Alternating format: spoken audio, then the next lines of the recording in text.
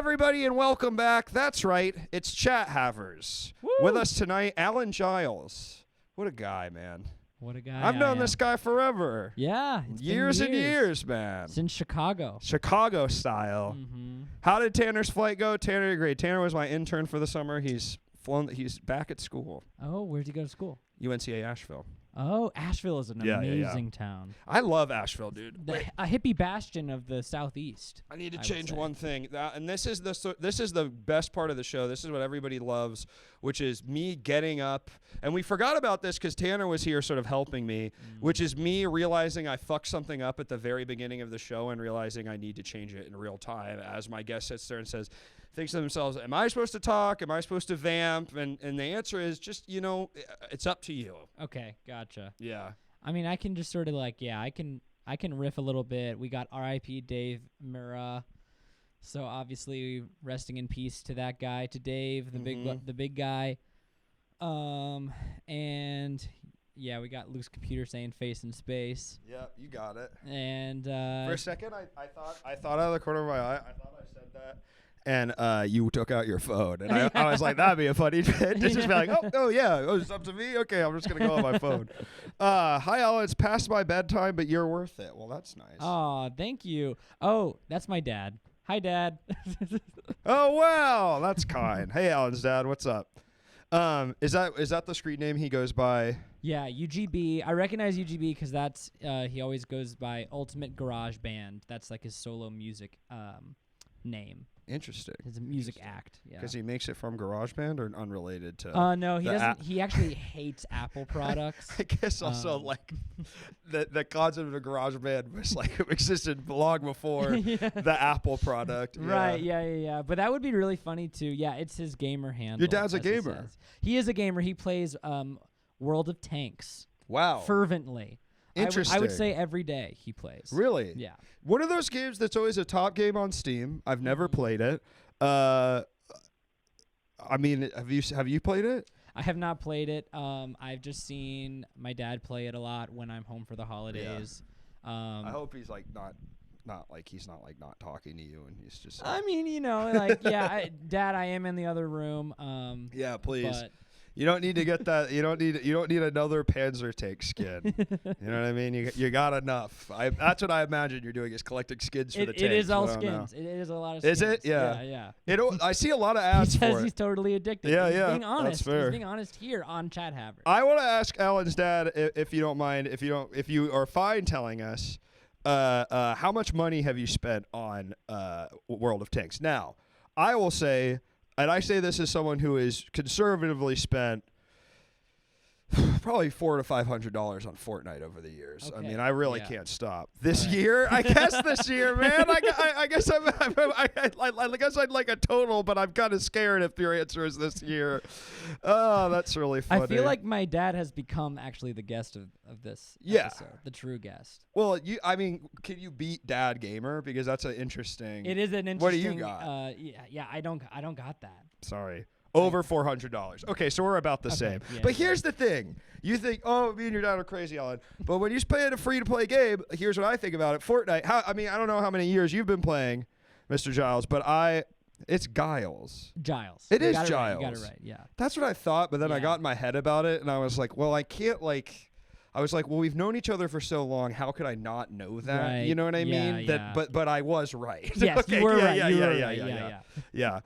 I mean, you spent you've been playing it for 1 year. Well, you know what? That is a lot for 1 year, but I'll give it to you because you're a dad's age, and I don't think if our dads aren't allowed to spend money on these free to play games, who will? Right.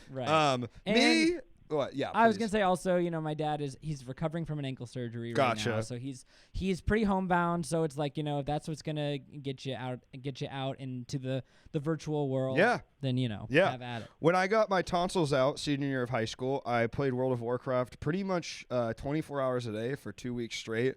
And at the time, and I was on a lot of Oxycontin at the time, so this was also probably part of it. And because of the doctor, not just because I was addicted to it. It wasn't like that, but I was taking a lot of it, and I really was thinking every day, I think this is the happiest time of my life. I really was thinking about it. I was like, And we don't know if that's untrue. I mean, I don't know. All I did was eat strawberry cheesecake, Ben and Jerry's every day, play World of Warcraft nonstop, and take OxyContin. I'm like, I don't think it's like sustainable, but it does. It's a special time. It's a Yeah. special time when you get to do that. It was beautiful. It was beautiful. But all I'm saying is, if I don't buy the Deadpool and Wolverine skins in Fortnite, who will? Exactly. Exactly. Someone has to represent this cinematic masterpiece. Yeah. In the arena. I know, and not enough people are doing it. No. That's why I keep saying that. Thank you for bringing that up. Are you a gamer at all? I'm a gamer. I can't really classify as one. I have a Nintendo Switch. Sure. So I'm in on the Switch games. I'm playing the Zelda games. I'm playing Smash. I'm playing Mario Kart. Doesn't really extend much beyond. Sure. I will say for me right now. But obviously, dad gamer, little brother, big gamer. Mm-hmm. So I'm definitely gamer adjacent in many ways. Do you think that compared to them, you're like a jock?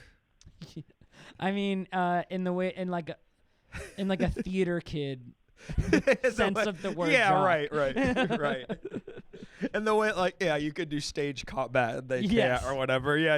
Exactly. Yeah. Did you major in theater at school? I did. Yeah. I minored, but I did not major. I majored in English. Oh wow. In my heart. Well, your English is great. Thank you so I have to much. say. Yeah, I came in not knowing a lot, but I left knowing quite a bit more. I can read, Couple- I can picked read up a and couple write that words. shit. Yeah. Yep. Yeah, probably even, come up with some new words of my own. That'd be kind of cool if the end of an English major you got to make up some new words. Yeah, a wordsmithing degree or concentration. I guess that's what epistemology is, or etymology. Yeah, No, the origin of words. Yeah. Yeah. I guess they don't come up with new ones, Yeah. though. They're like, all right, let's see. All right, Alan. Well, the topic tonight is Alan.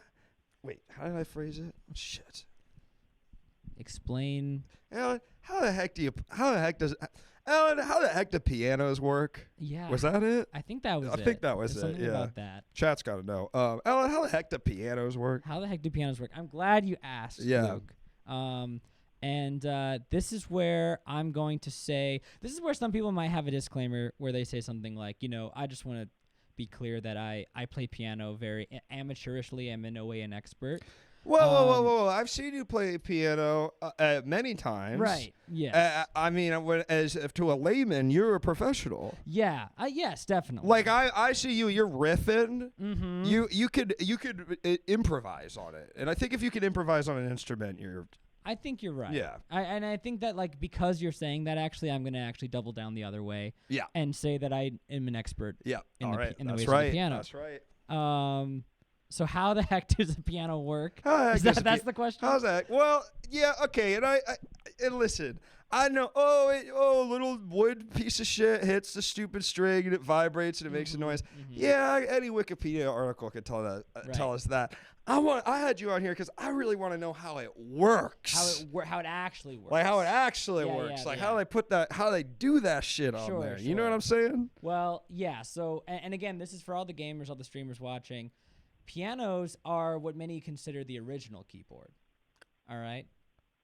So I know that we all got keyboards out there. You think that this You're typing on them right now. You're typing on them right now, but there was actually something before that. Yep. And when a key is depressed, a hammer, Mm-hmm. cloth hammer hits a string and it makes a sound. Cloth. It's made out of cloth? Wool. It's a wool hammer. Really? Yeah. There's no wood in it? There's it might be wood wrapped in wool, actually, now that I think about it. Yeah. But it hits a string, and that's why it's actually technically a percussion instrument. Right. Because it's like percussive. Right. And there's Even though, I mean, technically, but I'm not, Yeah. This ain't the damn drums, is it? No, it's not. It's not on drumline. Yeah. You're not gonna you see the piano. Yeah, exactly. Accordion, maybe. No, Nick Cannon's not, hitting the piano. He wouldn't know what the fuck to do with a piano. No, he wouldn't. No, he would not. And there's 88 keys. Mm-hmm. Some white, some black, and all of them make different notes. And then you have Yeah, totally. Okay, I'm following. Yeah. And so the notes Different that you might notes, see are A, B, C, Okay. D, E, F, G. But then there's also half notes in between them all. Okay. So there's sharps and flats. Okay. And then Well, no, I'm going to push back on that a little because there's a couple there. Okay. The sharp is the flat, and they kind of the same. 'cause right, they're so sharps and close. flats are kind of the same. No, but I mean, like, isn't like one of them like B flat and A sharp are the same or some shit like that? I would say that all of them are the same. Okay. They're all Okay. like dual named. Okay. So all the black keys technically have two names. Right, because it's Because they're in between two white keys. And so, if it's in between A and B, you can call that black key A sharp or B flat.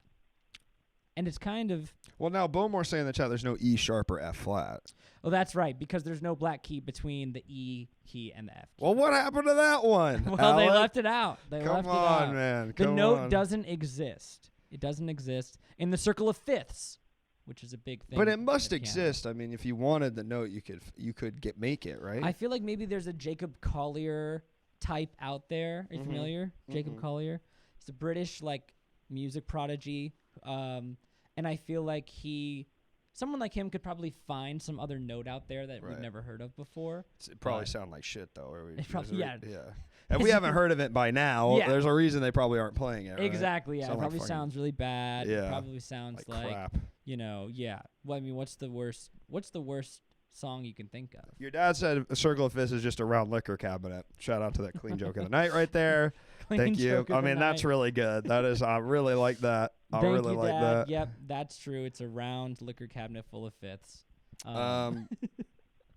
Now that's an interesting question because these jazz guys, Uh-huh, they love to right. smoke pot and do heroin and they get better at jazz. So they Right. say. Have you found that being inebriated makes you better or worse at the piano? I mean, when you're at a certain skill level, I think it does make you a little bit being uninhibited. I think it makes you freer to Really? get creative. Yeah. For example, actually, this is a week ago. Welcome in, Raiders. We're talking about pianos. Mm-hmm. Ever seen one? Well, tonight, if you got a question about him, Alan's the motherfucking expert on these things. Any question in the world you have with pianos, he told me he could answer. Yep. Right? I can answer any question about the piano forte, which is a beautiful instrument that exists and has existed for a while. But you were asking about What about the piano Fortnite? Sorry, I just... We don't want to talk about the piano Fortnite. Right. If there was a piano emote in Fortnite, that would be pretty cool. If there was a piano in Fortnite, like a weapon that you could use. That'd be cool. That would Well, be now cool. they have Fortnite. They have a Fortnite rock band thing, but we're getting off topic. So Okay, yeah. okay, so so you're saying if someone's good enough at piano and they get Yes. drunk, they'd be better at piano. I think so, and here's why. Yeah. Last weekend, I was in Kansas City, Missouri, which has a great jazz scene. Mhm. Went to a jazz bar, and there was a long-haired pianist who Hippie. was definitely drunk, Mhm. and so drunk that in the middle of playing a song, he grabbed the microphone and said, "I'm going to play the next part with my nose." This happened. This really happened. Mhm. He said, "I'm going to play the next part with my nose." Uh-huh. And he did it. He just And he riffed. did it. He improvised the whole piano solo with his nose only. It was incredible. And it damn. It was at the Green Lady Damn. Lounge in Kansas City, and it really took. That honestly is sick. Yeah, and so it's that's what I'm talking about when it Yeah. comes to the piano. We are not done exploring No. all the different ways that we can use this instrument because this guy just said, "I'm going to play this next part of the song with my nose," and he did it, and it was the power amazing. and the power, and he got that liquid courage. He had that liquid courage, absolutely. He'd be shaking probably. Wouldn't even be because he was suffering alcoholism. He'd be shaking if he wasn't drinking. Right, But right. also he'd be shaking because he'd be so scared. Yeah. He might mess up with his nose. you Yeah, know? yeah. But it was impeccable. It was perfect. Wow. Are you a big jazz guy? I do love jazz. I fuck with it. My dad was a big jazz guy. My dad ran jazz clubs for many years. Oh. Not before I was alive, but I've listened to a fair amount of jazz. Yeah. To me, it's sort of a little bit reminds me of the music that kept me from playing Pokemon Blue, which is what I wanted to do. And it's it's like, hey, you're 10 years old, come sit in the Village Vanguard till 1 o'clock in the morning in New York City, and you Yeah. go, Dad, I want to go to bed. You know what I mean? But that's when they play jazz. They can't play it earlier, I guess, because the guys aren't awake yet, or They're not awake. They're Yeah. not. They don't wake up till maybe 5 or 6 p.m. Yeah, and then No. they stay out all night. No, I love jazz. I listen. Actually, my driving music around LA is K-Jazz, 88.1 FM. I love K-Jazz. It's a great radio K-Jazz is station great. to listen to, Yeah. especially when you're driving around LA at night. And I like to imagine that I'm in some sort of like LA noir film. You know what I mean? Yeah. Some sort of like Chinatown. This is making sense why you and Wyatt see eye to eye with the sort of music on his show, because friend of the show Wyatt has a show that Alan plays, the monthly show called Is it called My Forbidden Evening? A devastating evening. How do I not know that? Like, I've been to the show like 10 times. I've been a part of it. Yeah. A devastating evening. Well, he won't figure it out that I said that. Alan always plays the keys behind Wyatt's performances, and they're very jazzy. Yeah, we definitely try to keep it jazzy. Yeah. I feel like what's cool about jazzy piano is that it makes everyone feel comfy, cozy. Mm-hmm. And there's a little bit of sophistication to it. Something you can kind of like, swirl your finger to, sip a martini to, puff a cigar to. Yeah. It's nice. It's very different from the style of piano that I grew up playing, which was, as my dad knows if he's still watching, contemporary Christian songs on the piano. Were you part of a church band? I was. Really? I was part of a mega church? band. What were you talking? What kind of church? No, like a decent sized Presbyterian Gotcha. church. But not like a big, because I know you're from Georgia, so I was wondering, it yeah. wasn't a big old southern like crazy ass Baptist church. No, it wasn't like a Joel Osteen situation, yeah. but like we had a contemporary service that me and my siblings were all in the band. Wow. And so that style of piano playing is just banging on chords.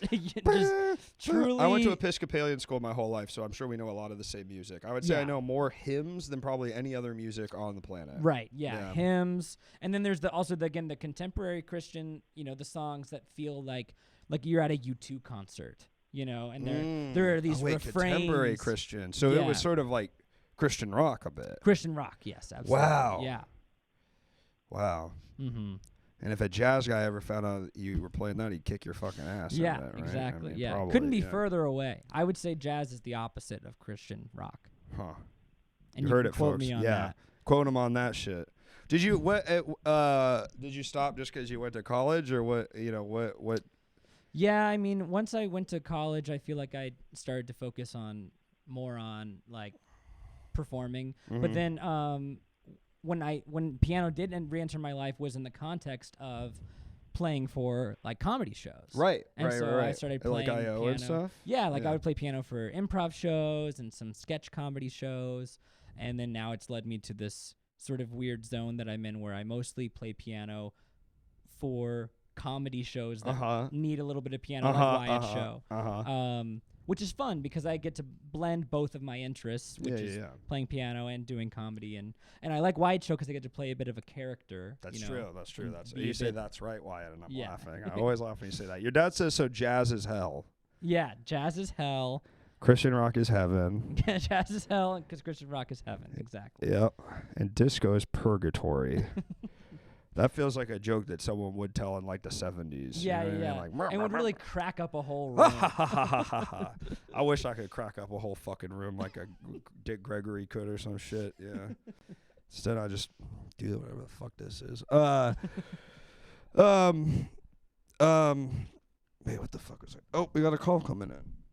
You ready for a call, man? I'm ready for a call. This caller says, ready to talk piano. Oh, here we go. Here we go. Here we go.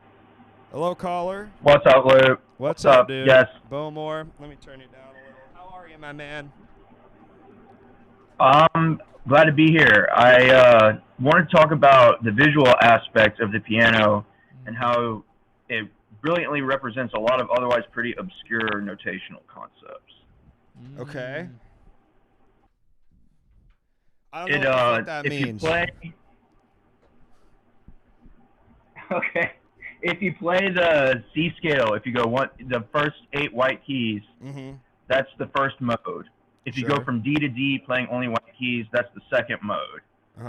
If you go from E to E playing only white keys, that's the third mode. And you can really see a lot of, Western music theory really visually well represented there. Oh, okay. What's the fourth mode? Is that right after? Is that where things They get... all have great names. There's 7 of them. There's the church modes, they call them. All this was standardized by the Catholic Church in medieval times. And that's another important thing about the piano. It standardizes the A440 tuning. That's where we get A440, is first from violins, and then the piano was tuned to be in tune with the violin. Thank you back, Stink Eater. Welcome back. So everything tuned like piano? Mm-hmm. Yeah, I mean, I think that sounds right to me. That piano kind of set the bar for music and popular music, especially the original synthesizer. People said, "Oh, now the piano's out. Anyone can play music. All you have to do is press a button, and you get a good tone out of it. You don't have to tune it or." So back in the day, you'd see they'd say a piano player. They might look at him like the same as a dubstep artist, not with a lot of respect. Be like, you don't even need to know how to play that shit. Singer. Has anyone mentioned the piano is called the piano forte? I believe Alan did. Yeah, and that's something I actually learned, embarrassingly enough, from watching Bridgerton on Netflix, because they exclusively called the piano forte in that show. But they do play it beautifully, and they play mostly classical songs. Will Forte. Yeah, and Will Forte. Will Forte. Last Man on Earth. That's a pretty funny show. As opposed to the harpsichord, where you cannot express dynamics. The piano, you can play soft and loud. Piano forte. Mm-hmm. That's right. Soft and loud. Interesting. Oh, sure. Yeah, I remember this. Pianissimo, very quiet. Fortissimo, very loud. Now, what were they playing before? What were they playing before the piano? Like, what was the precursor where they're like, the piano is replacing this? You know what I'm saying? Harpsichord, yeah. Harpsichord fucking sucks. Yeah, and I feel like that's how you get a lot of those like little medieval tones. Yeah. You know, those Renaissance festival. The format was called, funnily enough, piano trio. There's no piano, and it wasn't even a trio. It was like a harpsichord, a violin, and a cello, and maybe something else. I can't remember, but it was it's one of the worst formats I've ever had to study. Really? Right, because those instruments kind of all suck, and to hear them together doesn't improve anything. Yeah. Harpsichord. What'd you say was harpsichord, violin? What's the third one? I can't remember it. But the format was called piano trio, and all I remember is it's not a trio, and there's no piano. Mm-hmm. Uh-huh. Yeah. Sounds like a Coldplay concert to me. Where does the hurdy-gurdy fit in all this? Hurdy-gurdy. Well, hurdy-gurdy was used to make religious music, and it's got a modal drone to it. How do you know all this shit, man? You know a lot of shit. I took music classes in college. A little brother who has a whole music degree, and I've been exposed to a lot of classical music. Yeah, makes sense. That's just kind of boring. No, I'm just kidding. I like classical music. I'm not going to be that guy. I'm not the rube here. You know what I mean? Oh, I hate this. I hate that. You go to the symphony. You're like, I get why people were going crazy before you. Sure. That shit was nuts. I got to go to see the LA the LA Philharmonic with Scott Eggleston. Nice. And we had a lovely time. And you know what's so cool about classical music, I think, watching a true like orchestral movement, is you're watching 100 people all working together in concert, for working towards the same goal. You know what I mean? And so that's what's so cool about seeing how they build a song and layer the instruments, and you're seeing it all happen. Yeah. Right there in person. It's like improv comedy. Like improv comedy, when you have 100 people on stage. 100 people on stage doing a herald. Yeah. And it's amazing. Like a Twitch stream, exactly. The chat are all sort of working together. I mean, do you think that now there's got to be some rockers out there. There's got to be some rockers out there that probably don't give a fucking rat's ass about music theory. No, that's right. No, that's right. I know that exactly. You know that's right. Because I mean, you gotta imagine Jim Morrison would probably hear you guys talking about piano forte and probably waggle his nuts at you. No, you know what I mean? He probably went roll his eyes so hard at us. Yeah. Mm-hmm. Take a swig. Yeah. Yeah, you don't want pills and stuff. You don't really. They kind of comes up with the music for you. Right. Exactly. A lot of people, you don't. I mean, if you're gifted with a naturally good singing voice, you don't really even need to do anything at all, do you? You know that. Not only Jim Morrison had little tolerance for nerds, but his keyboard player was the nerdiest keyboard player who ever lived. Really? Ray Manzarek. Huh. Yeah, he was a damn geek. They didn't even have a bass player. Because he was playing too many of the notes or something? He played for both of them? He would play the bass with his left hand and all that carnival stuff. Whoa. Ray Manzarek was a damn geek. Well, you got. I mean, if high school is to be believed, you got to have a couple of geeks because someone's got to do the football stars homework. You know what I mean? Exactly. Yeah. Jim Morrison's. Jim Morrison was the football star of the Doors. Yes. Quote me on that. Yes. Clip that chat. We're not. I wasn't scared to speak truth tonight. That's right. I wasn't scared to speak truth tonight. Well, Bowmore, do you have anything other music shit you'd like to drop on us, please? Very insightful. Very, very insightful. I can't think of anything. I think I hit my list tonight. Thank y'all for taking the call. Oh, wait. Oh, I have another question. Please. What about yeah. What do you know about the organ? Because I feel like the cousin to the piano is the organ, and you know the organ, it's a very complex, very beautiful instrument. We had a guy on this show. You should have seen the episode. We had a guy on this show. Taught me everything I knew about organ. Really? Who? Oh, yeah, Big Howell. A friend who was a guest used to fix organs professionally. Wow. That was his job. Wow. So he knew everything. And there's yeah, one of those weird jobs where not a lot of them, and so they're in high demand. You know. Yeah. I imagine so. Wow. Yeah. Crazy. Me, I don't know where the fuck it fits in, so I can't answer that question. But Bowman, thank you for calling. They started using it in recorded music very effectively to make really clean and pure tones, and those drawballs really started to matter when the recorded music era began. Oh yeah, I could see that. The organ did? Yeah. Well, because it's constant. Yeah, and you got that vibrato sound. Yeah. You know? I mean, I think about all those Beach Boys, the classic Beach Boys songs. Yeah. And yeah. All right, see you, Bowmore. Take care. You cut out.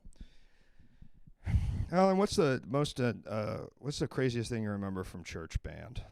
The craziest thing I remember from church anything band. Crazy happen? The damn crucifix fall down? Well, you're Presbyterians. They have crucifixes up? No, right? No.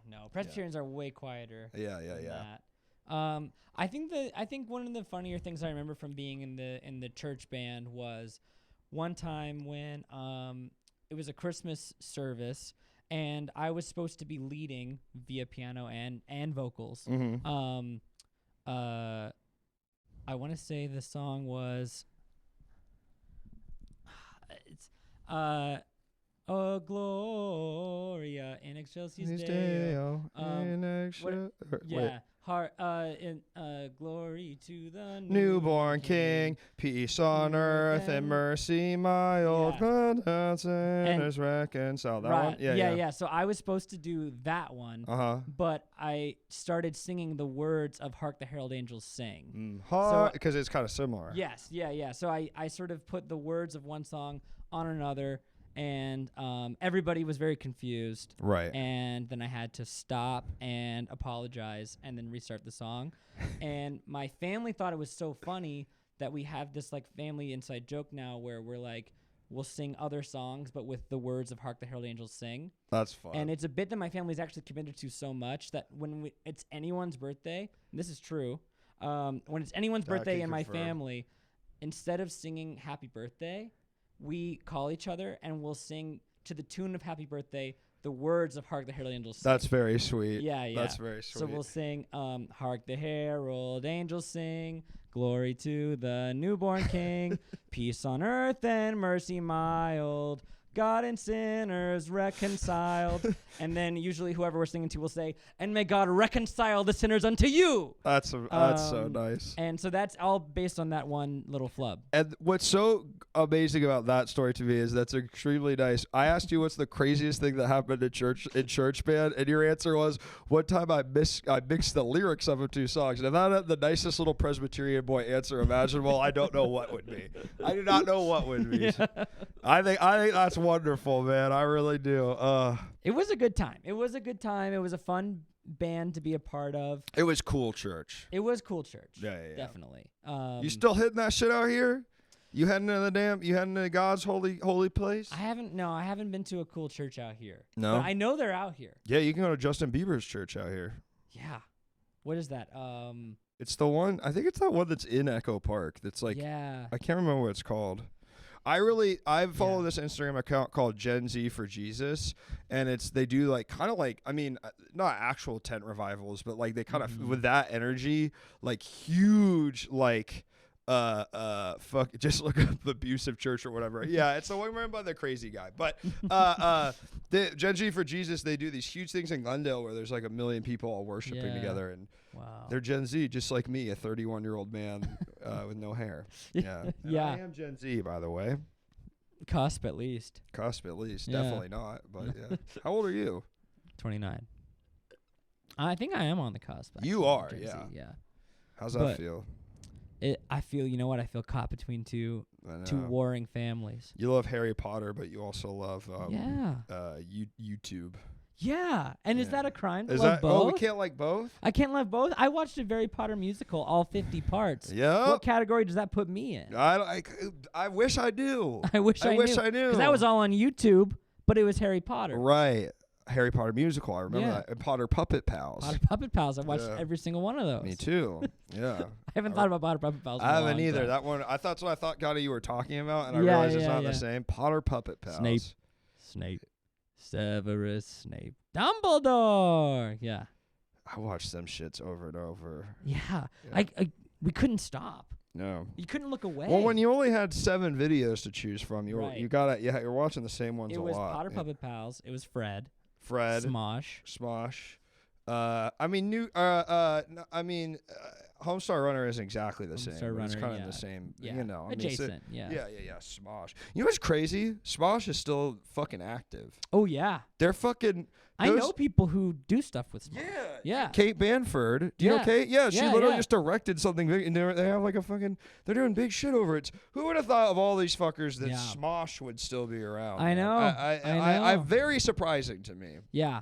Oh, and it's thanks to the Good Mythical Morning guys, Rhett and Link. Oh, really? Why? Well, they bought Smosh. They're the ones that bought it. And then they sold it back to them when the two best friends got back together. That's pretty cool of them. It's very cool. And I have to say, I was definitely I don't even watch Good Mythical Morning too much, but I was a big Rhett and Link fan in the OG YouTube days. Really? Because they would do a lot of these, go through the drive-thru at Taco Bell and order they wrote a folk song where they sang their order. Yeah. I watched that video probably 50 times. Yeah. I could recite that whole song. That makes sense. That I actually do think that is our age difference a little bit, because I feel like 2 years. I was 2 years too old to like. I didn't know who Rhett and Link were until like 2 years ago. Yeah. Like, and I knew who Smosh was, and I knew who Fred was, but like, I just like I didn't watch YouTube in that way. Right. You know? Yeah. Mm-hmm. But hey, you know what they say? The number one what kids want to be more than anything are YouTubers. Yep. And I'm living that little kid's dream. Yeah, you're fucking. It was dummies. You're setting the tone right now. Yeah, I'm setting the tone. A lot of children watch this show. That's not true. That's actually not true. Most people that watch this show, I believe, are you could probably describe them using the exact same adjectives you could describe me in age, skin color, hairline, attitude. Yeah, just about everything. Fashion. Yeah, pretty much the same. Blood type. Neil Ciarga did the same who did Ultimate Showdown of Ultimate Destiny. Lemon Demon did Harry Potter Puppet Pals. Wow. Oh my God, dude! Oh yeah, Worlds the collide. Red House commercial. That was a classic. What's the Red House? Our house. They did a commercial, or they rather like spoofed a commercial that was for a real. Oh yeah, because they made commercials. I watched a big interview with them because I was curious about it. Yeah. So there was a furniture store in North Carolina where they made a commercial, and the whole thing was at the Red House. You can shop here whether you're black or white. This is a real commercial, right? Where it was like, they interviewed customers, and they'd be like, "I'm black and I love the Red House. I'm white and I love the Red House." And so Rhett and Link, created a jingle that they kind of infused into that commercial, and it did pretty well on early YouTube days. Wow. And it's very funny. I think it holds up, honestly. That honestly because the original sounds. commercial is so it's such a wild Yeah, concept yeah. to be like in 2008. Hey, let's make a commercial that's shit Yeah. like. We know, like we know that. Yeah, there's yeah. Yeah. That's been on the books for a good 50, 60 you years didn't now. have Like, to yeah, say that. yeah. We know that we know every race is allowed to shop there. Yeah. It's sort of almost making me ask questions like, is there a reason I shouldn't think that? Yeah. Did something Why happen? did you have to clarify? Yeah. And because there's two owners. There's a white guy and a black guy. a white guy and a black guy. Daryl and I want to say the white guy's name is Tim, and I guess that's how you get the story of like they're like, no, yeah, this is a good idea. Both of them are like, no, it's a good idea. Yeah. Well, we get along. Well, yeah, we get along. Yeah. And we both think it's a good idea. And we're a black guy and a white guy. Yeah. So this will make sense. Yeah. I'm a Puerto Rican with beautiful hair. Shout out Raph. Wow. You know what I mean? I'd do anything in the world to be a Puerto Rican man with beautiful hair. So I'm a 31-year-old Jewish man that doesn't have enough money to fly to Turkey to get the beautiful hair. Is that a goal of yours? I have I think it would be very funny to be bald. I've been balding since I was 18. Just show up like after a summer and just be like, hey guys, what's up? And I have like really long flowing blonde locks. Yeah. Like long, basically like Wyatt's hair. And I just show up like I have hair that's totally not my hair. Mm-hmm. But I mean, if you're going to switch, you might as well get something else. You know what I mean? Yeah. Yeah. And it's real. It would be real.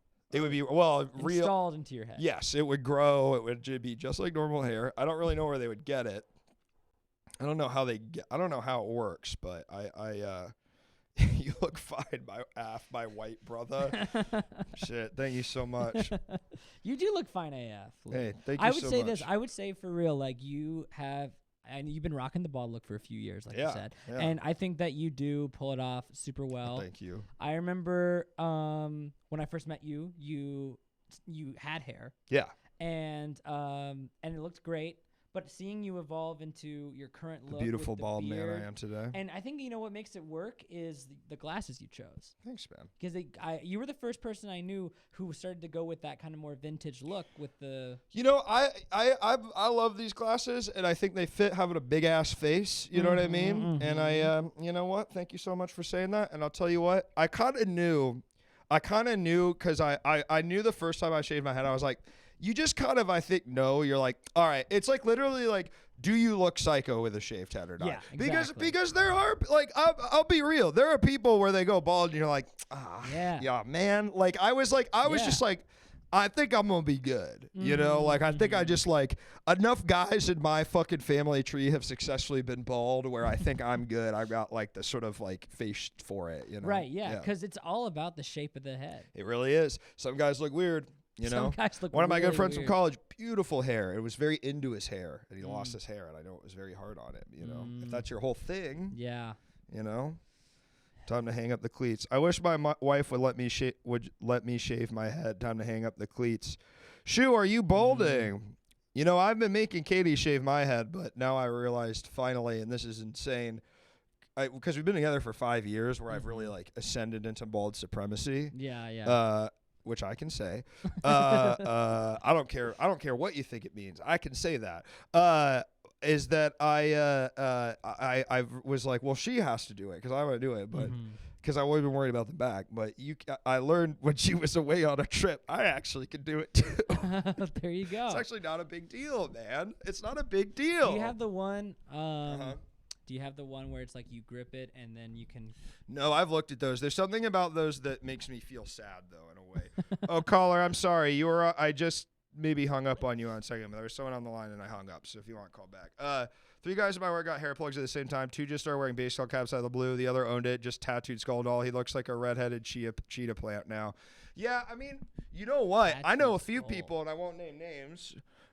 You know, one of them, public figure, got hair plugs during the pandemic, which best time to get hair plugs. Wait, I really want to know the name. Well, I'll tell you after. Okay. They can't know this stuff. Okay, This is you got to move to LA to learn stuff like this. It is a public figure though.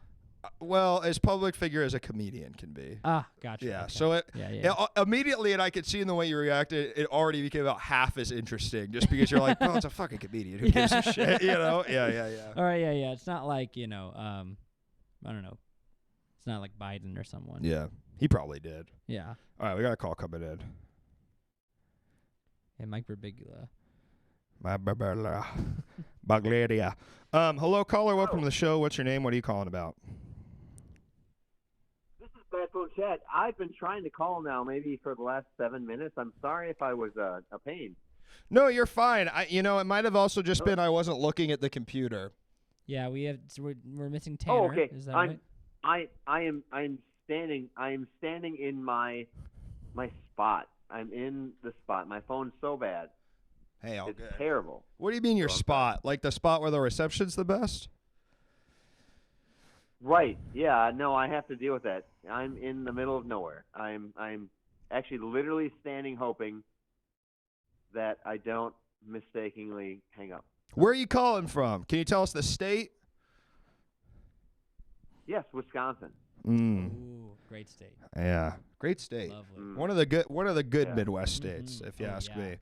Yeah. Caller, are you bald? Yeah. You are. Am I bald? Yeah.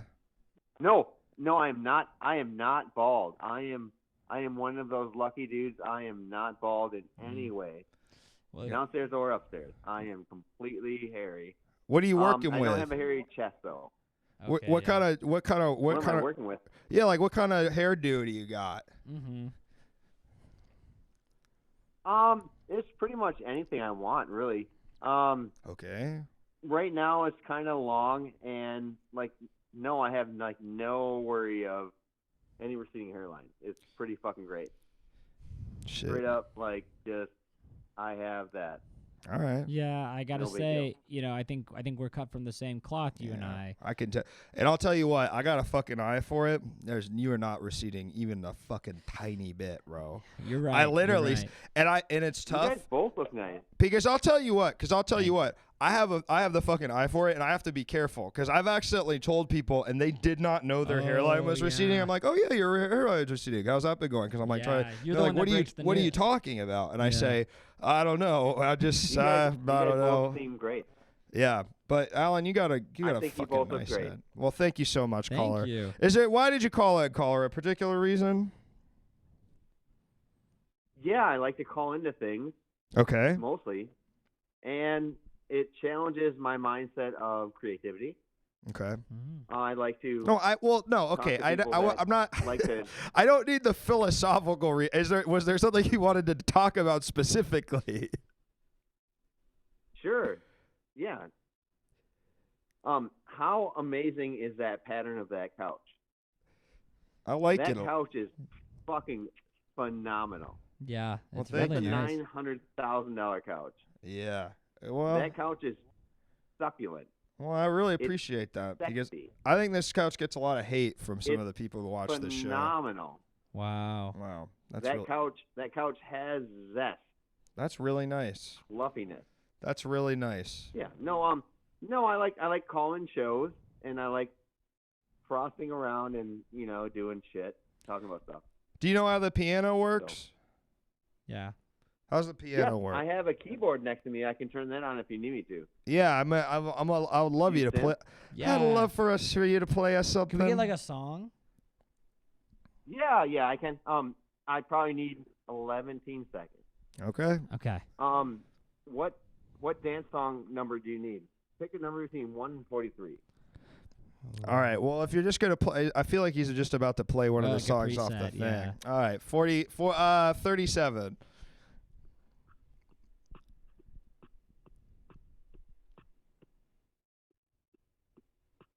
Feel like I could very barely hear it.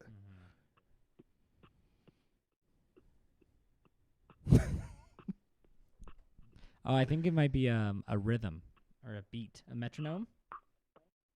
Hey, bros, if I'm playing, I don't have any control to listen. Right. You can hang up if you need to, but I'm gonna give you 2 more minutes of this jam. Okay. Great. Love you both. This Can't is a hear it. Great. Yeah, man. Yeah. We Hold on, can't. one We more. can't hear it at all. It's very. Oh, there's a little bit of a beat. You hear it? Uh-huh. There's a bit of a club beat. Oh.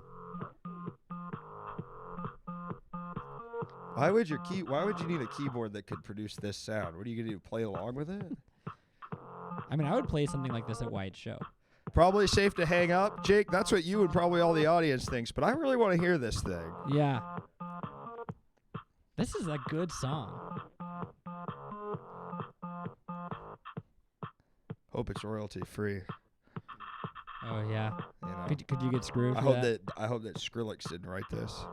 Well, thank you so much, caller, for calling in. Thank you for sharing that. Is it volume? Is he gonna play any notes over it? Seems like no. No, yeah. Okay. Well, thank this you is so it. much. I kind of thought he would play some notes over it, right? Yeah, You say you have yeah. the keyboard, but Well, like, yeah, you can make say- up your own song with lyrics over the keyboard beats. when you're a musician, like when you say play me something, that usually isn't bring out your phone and play a song off your phone, right? Yeah, it's usually yeah. play a thing. Mm-hmm. Or, yeah. Which for me, my go-to is The Entertainer on the piano. Is that? Yeah. Yeah. Mhm. That's a good ass song. Da-na-na-na-na-na-na. It's a good piano song to have. Just like, if you learn that one song, in my experience, that's the only song you need to know. And then whenever you're near a piano, someone says play me something, you play that. It's enough to convince them that you're very good at piano. I know Saria's song from Legend of Zelda: Ocarina of Time. Oh wow. Boop boop boop boop boop boop boop boop boop. No, Song of Storm. Sorry. You can play this on piano? Yeah, I was taking piano lessons a bit during the pandemic, but then my whole life, I think a lot of times I have a thought cross my mind where if I was good at music or drawing or any real like artistic craft in that way, I wouldn't have had to do all this bullshit, improv, acting. Like I could have been an animator on like fucking Nickelodeon shows and been fucking happy. Yeah. Happy. But instead I gotta gussy it up with all this crap. Right. Yeah, this is my art, so to speak. I don't know. Yeah, I mean, you maybe don't have that thought because you kind of do both, but I have this thought a lot. Sure, yeah. I mean, I definitely feel like it is a big thing. Like, it's two parts. One part is interest, and another part is like, did you get put in lessons? Yep. And like, I was interested because I saw my grandpa play piano, and he made it look so badass. He would come into a room, and he would just no sheet music. He would just, that is fly cool. up and down. And as a kid, I was like, this is like a magic trick. Yeah. So I was the one that asked my parents to take piano lessons. Interesting. And that's why I was really into it. My parents did a weird ass thing. Is my parents were friends with a lot of jazz musicians, and their friend Tyrone, who was a trumpet player, said I needed to learn the recorder first so I could learn the scales. Gosh. So my ass took fucking recorder lessons for 4 fucking years. And that's the fastest way I feel like to scare kids away from music because it it sounds sounds like awful. shit. Yeah, It doesn't matter how good you are. It sounds like a fucking recorder. Yeah, and it so sucks. You associate practicing Yes. an instrument and learning an instrument with sounding bad. Yes. And so then you have no desire to be good at any instrument. And you're playing hot cross buns, and you're like, they're horrible. Yeah, Recorders No are one's going to come up to you when you have a recorder and say, play me something. play me something. They're gonna say, get that thing the fuck out of here. We don't want to hear that shit. Yeah. It would be fun if recorders had presets as well. And it could go.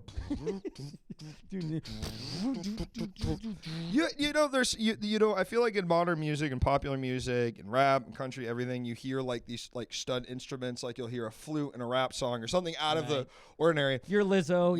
You're never hearing the recorder though, are you? They're never really throwing that fucker in there, are they? I believe it'll have its day. It's coming. Yeah. But it hasn't happened yet. Maybe that'll be. Maybe I'm Maybe due, that'll man. be your big 7 thing. notes. Yeah, you can play each one of the notes. That's it. No way to mix them up, but you can play them. Yeah, you got no flats, you got no sharps in there. No. Or you have a cup. No. Wait. Does it just go A, B, C, D, E, F, It G? does, but then there's 2 holes where you can put your finger over it to make it flat or sharp. Right. Yeah. That makes sense. Yeah. Okay. But that's it. Yeah. You can't play it different. No octaves. No octaves. No. Why would you need it? Yeah. You know what I mean? Who would need it? You got the recorder. It's doing all the work for you. Can I say, sorry, Please. I just want to say my last big gripe with the recorder. Mm-hmm. Why is it called a recorder? I feel like it has nothing. It doesn't record anything. And that's just bothered me. And I get that maybe it's older than a camera. So I get, or a microphone. So maybe, like it predates potentially what we know as what recording is. Yeah, maybe it's like it's like playing chords again, like recorder. Yeah. Thank you so much for the 100 bits for science, Bad Phone Chat. We do have some calls coming in. Maybe they'll have an answer about why they call these fuckers recorders. Oh, please. I would love to know. I would really love to know. Oppa Ganga Style. That kind of sounds like Gangnam Style is what I'm just realizing. A little bit. Hello. Caller, welcome to the show. What's your name? What are you calling about? Hi, Luke. Dr. Swamp here. What's up, dog? I got a top 5 for you. All right. Top 5 places to sit. Okay. All right, you start, man. What's your number 5? Number 5, I'm going to say in-laws' living room at a party that you don't want to be at, and it's kind of calm enough that you can take a little cat nap. Oh, I like that. It's kind of a chill one. Yeah. Well, my number 5 is, of course, going to be the ground. It's not the best place to sit. Certainly, that's why it's at number 5. But you get on a nice patch of fucking grass. You sit down in that fucker. Yeah. Maybe lean your back against a rock. I mean, this is not a terrible place to sit down. Alan, what's your number 5? I mean, I just want to say on that's where Sir Isaac Newton discovered gravity. That's right. Great place to sit. Yeah. 5. I'm gonna say like a beach chair on a beach. That's nice. A low one. Yeah. Number 5, okay. Yeah. Yeah. I'm going up from there. Yeah. I mean, you don't even know what's coming with number 1. No. All right, Dr. Slum, number 4. Hit us. Number 4 for me, I'm going to bounce off Alan. By the way, nice to talk to you, Alan. Nice to talk I'm to going you. to go dig a little hole in the beach so that you sit perfectly in the sand and take a little nap. I like that. Pool step on Jammer Danny says, thank you, welcome back 5 months. Pool step's a good place to sit because you're sitting, but you kind of get the buoyancy of the water, and that kind of keeps your shit. You know what I mean? It's That like was my number 3. Fuck. That was your number 3? Well, sorry, man. You can still use it. Yes, pool step. I sat on a pool step today. It was Really? glorious. I love a little pool step where it's just under the nipples. Everything's in, shoulders out, getting a little sun. Love a pool step. Number 3. You're kind of being supported. Sorry, Alan, to skip you, by the way. Sorry, Alan. No. Well, I need to do 4 as well. Well, why don't we? Yeah, you're 4. My 4th. I know this is kind of a lie down, but I'm gonna say a hammock. I mean, we just got a hammock this summer, and you could sit in a hammock too. Yeah, you can make that a 2-person hammock. You're more sitting in it than you are. Hammock. And I'll tell you what, man. We got one, and we got it in the backyard. I'd be going outside to sit on that shit. They really, they snap when they made hammocks, man. Yeah, you're right about that. Hammock sitting is bomb. Can't lie to that. Yeah. It's a rope. It's a rope hammock, which I prefer. How about you, Alan? See, I like that. Old school. Yeah, I'm gonna say for my number 4 actually is. I was also gonna say a hammock, but I have an Eno hammock, which is more of the they'll sort of wrap. Yeah, like it's like a camping hammock. And what I love about that is like Ooh. I like it a bit more than the rope one because it's a full solid material. It holds you, and you are. It feel like it perfectly just, molds to the shape of your body. Sure, supports you in the best way. Now, why is it called an Eno hammock? Alan, have you tried to lay a little bit diagonal in your Eno hammock? Yeah, a little bit diagonal if is. you tilt your legs and head a little bit, it spreads it out and makes a lot of room. Yeah, you get so much more room. Great for reading a book, hanging out outside. Love it. Say less. Perfect. All right, and you did your number 3. All right. Yeah, I did my number 3. So go ahead, Luke. Yeah. All right, number 3 for me. God, you know what? It's going to be the front seat of a car. And let me tell you why. Not the back, the drivers, but the front passenger side seat of the car. You can go all the way back, make it a bed. He's There's a no passenger princess. Woo, I'm a passenger princess. I never want to be driving. I fucking hate that shit. Yeah. Ooh, I'm going back. I'm taking a nap immediately. Nothing makes me fall asleep faster than me in a front car, even at 31 years old. Wow, I drove wow. back from Solvang today with Katie. I said, she's like, stay up and talk to me. Of course, I immediately fell asleep, slept the entire 2.5 hour ride back from the second we started to the moment we got back. Solvang, is that the lake full of dead fish in Solvang? No, Solvang is this little Danish town outside of Santa Barbara. Maybe there's dead fish there. It could be. Okay. Wouldn't surprise me. Yeah, okay. I'm sorry. I'm not a passenger princess. I've never heard that term, but I just want to say for the record, I am not a passenger princess. You're gonna have to prove that. I don't know what that means. I'm Googling it. I don't think so. I'm a UPS driver, and when my wife and I have to take trips, she always drives, and I love to be the passenger princess, taking care of everything else that the driver So can't take care nice. of. It's so nice. Yeah. And it says there's also a passenger prince. I mean, so maybe I'm more You might be a passenger prince. Yeah. Maybe think about that. All right. Go ahead, Alan. My number 3, I'm gonna say in a jacuzzi right in front of the jet. Yeah. Getting When that it, shit where on it your lower hits back. your lower back God right damn there. it, Say Alan. less, bro. Say Mhm. less. Yeah, Oh. yeah. Yep. That's I a mean, good easy one. enough. That's a good one. All right, let's my- rush through these next My few. Number two. My number 2 is going to be my childhood friend's basement on this little stool that I would sit on to play NES. Oh yeah, nostalgic set Mm. right there. And I'm going to go off that and say mine is my AC rocker chair, which you remember in the early 2000s where they were selling those chairs that were like, they had no legs. They were just like on the ground and they were for to sit in while you played video games. Yes. I had And you one of could those. You could Yes. just rock all the way Yeah. back. Mine smelled fucking crazy because I would sit in it So good. naked all the time. I loved that chair, man. And eventually I had to throw it out. It smelled even too nasty for me, but I did love that chair. Spent a lot of good time in that chair. Alan, number 2. Number 2, I gotta go like one of those really big professional grade bean bags. Yep. The ones that like not the crappy ones that were in like the student lounge of your college, but like the nice ones that like my friend who lives across the street from us has one, and whenever we go over to her place to watch something, I fall asleep halfway through whatever we're watching because that is so comfy. Yep. Yep. And Dr. Swamp, number 1. All right, number 1, I'm going to go a dad's chair. That means recliner, wingback, rocker chair, any chair that has worn in by a dad's bod, dad chair. Dad chair. Yeah. I'm gonna go off that because mine is certainly is a big lazy boy. Ooh, I can't wait. I was thinking about how I want to be that dad eventually. I want to fucking be in that chair. Pull that lever. Whew, and fucking scream, get the fuck out of my chair. And like it's like the one thing I'll scream at my kids about. And I was like, can you just don't touch my chair, please? Be more of a dad in any other way. I was like, no, that's my chair. You know what I mean? But, I'm staying in that chair. Now, how about you? Mine's a bit obscure for my number 1, I have to say, but it is truly my favorite.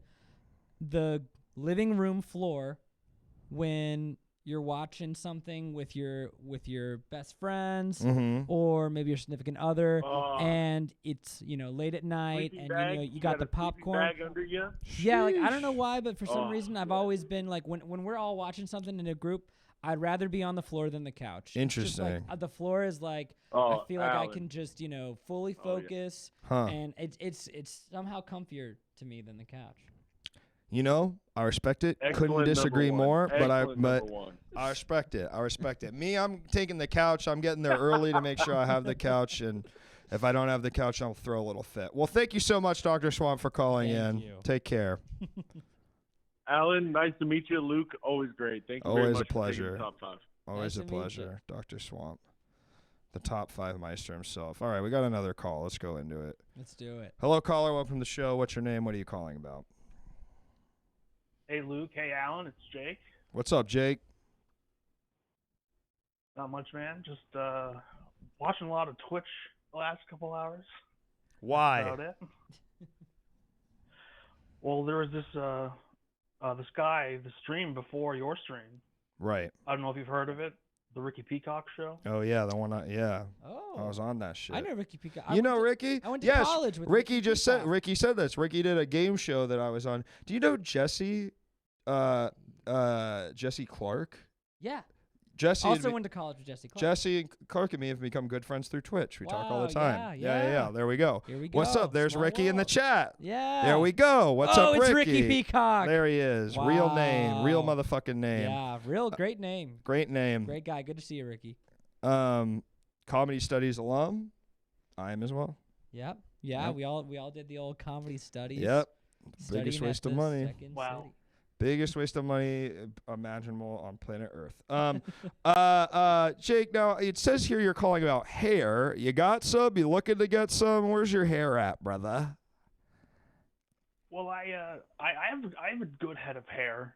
Mhm. You know, I What was thinking about hairstyle this do you because- have? I tried to ask the last person this, and they really weren't giving me a straight answer. What kind of hairstyle are you Yeah, rocking with? Yeah, they were kind of squirrely about that. I get a Caesar. I get a Caesar haircut, and I have sort of a brown hair. Like a bowl cut? No, Caesar hair. don't know what a Caesar- Caesar looks like. I feel like a Caesar's like, yeah, it's like you got like some right angles, and you got like a nice like bang line right here. See the straight. You got bangs. Zuckerberg cut. Someone, yeah, shoe 34826 It's Zuckerberg. kind of hair cut. that Marcus Zuckerberg gets. Oh, Yeah. right. Because Yeah. and do you get it? Because you have delusions of grandeur like him, Jake, or do you think that you are there's something Caesar-esque about you, or what is it about the Caesar that pulls you to it? Yeah, I really I want to make a multi-billion-dollar company that basically all you do is get radicalized to be a Nazi or look at a bunch of AI slop, I believe. Yep. Is what I would like to. Yep. And it's called Yeah. Twitch. Twitch.tv/TheLukeMan. Jake, Yep. I mean, but now you got to get had a excuse me. And this is a pretty, I'm not a conservative haircut, but conservative in the sense it's short. I mean, you ever thought about rocking anything crazier than this, man? You ever thought Yeah. about getting a mullet or some Mullet. fucking crazy ass, The mullets are huge. be the crazy ass white boy with the mullet? Mm-hmm. No, I would never do something like that. I'm way too. I would never do. I don't think that would ever look good on me. You know what I'm saying? Yeah. Don't know until you try, my man. That's right. I feel like maybe But there's I've even... never really been someone who has ever gotten adventurous with my hair. I've only ever gotten I get the same haircut I've gotten basically since I was a kid, Right, Mhm. right. and I've You never know- really tried to fuck around with it too much. I have to say something that I think would be helpful for this. Mm-hmm. Did you watch the Lilo and Stitch TV series? With all the different cousins. All the different cousins. Yes. Yeah, all the different experiments. Yes. I remember one distinctly. Uh-huh. There was one who had scissors for hands, Right. and he was, wild. They had to, calm him down, catch Yeah, him, whatever, like they sure. always do. Yeah. And then at the end of the episode, he opened a salon, and his thing is that he would cut the best possible haircut that you could have. Wow. So you didn't have to think about what you wanted. You could sit down, Wow. and he would go, and it was like a whirlwind. Wow. And he would cut based on your personality and your head shape. He just knew what the best haircut possible for you would Hold be. on. Yeah, You think that's from the Lilo and Stitch TV show? that's what I remember. Well, what do you mean? What else would it be from? No, that's from Edward Scissorhands. Oh, He doesn't go in a tornado, though. Yeah, he does. Yeah, he does like the scissor chopping. The But- whole gimmick is that he eventually becomes a really good hairdresser.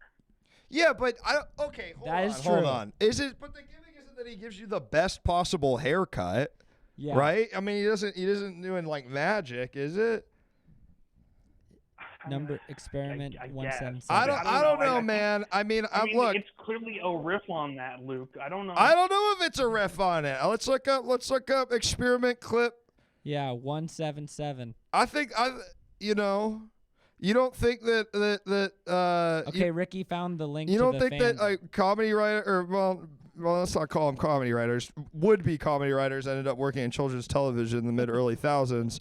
You don't think that they could have come up with something like that? You think they had to have stolen it? Yeah, I think a Hollywood writer probably didn't steal someone's idea. I right. really believe that. It was written by someone named Jim Parento. So let's look up his credits. Jim Parento. He worked on Kim Possible. I know you love that, Jake. Mm-hmm. Good one. Penguins of Madagascar. Good Power one. Rangers Megaforce. Ever heard of it? Wow, Megaforce. Lloyd in Space. Oh, I haven't thought about Lord in Space in a long time. American Dragon Jake Long. That was a good show. Mickey's Twice Upon a Christmas. Ever heard of it, Jake? That one I haven't, sorry to say. He just 2 years ago he worked on something called Globies. Follow Jelly, Randy, Albie, and Poppy as they have fun adventures around Bright House Bay. With enough glows, they can power their lighthouse home and keep the residents of Bright House Bay safe.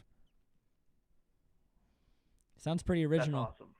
I mean, did Tim Burton make a movie about a lighthouse? I don't think so. You know, I'm sorry.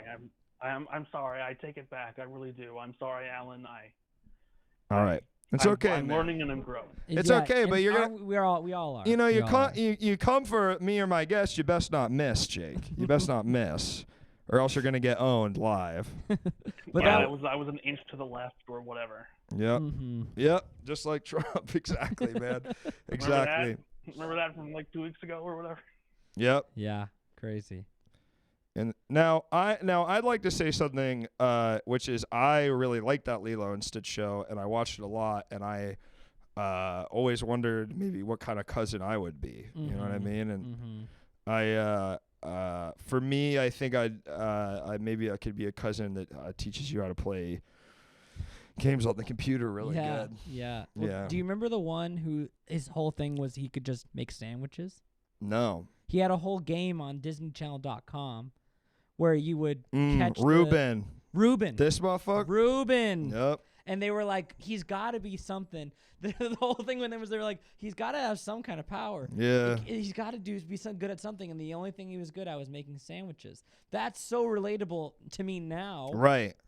Because you feel the only thing you're good at is making sandwiches. I make a good sandwich. I love making sandwiches. Yeah. But as a kid, I was like, Can you be good at making sandwiches, though? I think, no. You know what? You can. You can. You literally can. You were just talking about this game yesterday. That's crazy, Ricky, because I haven't thought about this game in a long time. And that was a good game. I sunk hours into that game. All right. Well, Jake, I'd like to give you here's your homework for the stream, dude. Think about getting a different haircut next time. Yeah. Ooh, I don't know. Sounds scary. But sometimes the greatest joys of life are found right after the biggest fears. That is true. Wow, I think that's beautiful. Well, thank you, Jake. Thank you for calling in. Piece of shit coming from. Oh, do you think he came up with it? What the fuck do you know, dude? No, bitch. Clip came up with that from the Lilo and Stitch franchise. Fucking idiot. What do you think about the? There's a spin-off manga. What? Of Lilo and Stitch? Is a manga spin-off called Stitch and the Samurai. Wow. What? And the guy who made it died right after it came out. Don't really know why we need to know that on the Lilo and Stitch wiki, but we do. In an alternate universe, Stitch's ship becomes lost in time. And instead of landing in modern Hawaii, he lands in the Sengoku-era Japan, time where samurai warlords vie for control of the country. The army of the warlord Yamato Mason discovers the crashed spaceship, and after a brief struggle, Mason finds Stitch both cute and powerful enough to join him. Wow. Shit. Say less. Say less. Yeah. And was this sanctioned by Disney or was Seems this like it. Wow. I mean, it seems. Is it canon? It's canon. It seems like it's canon.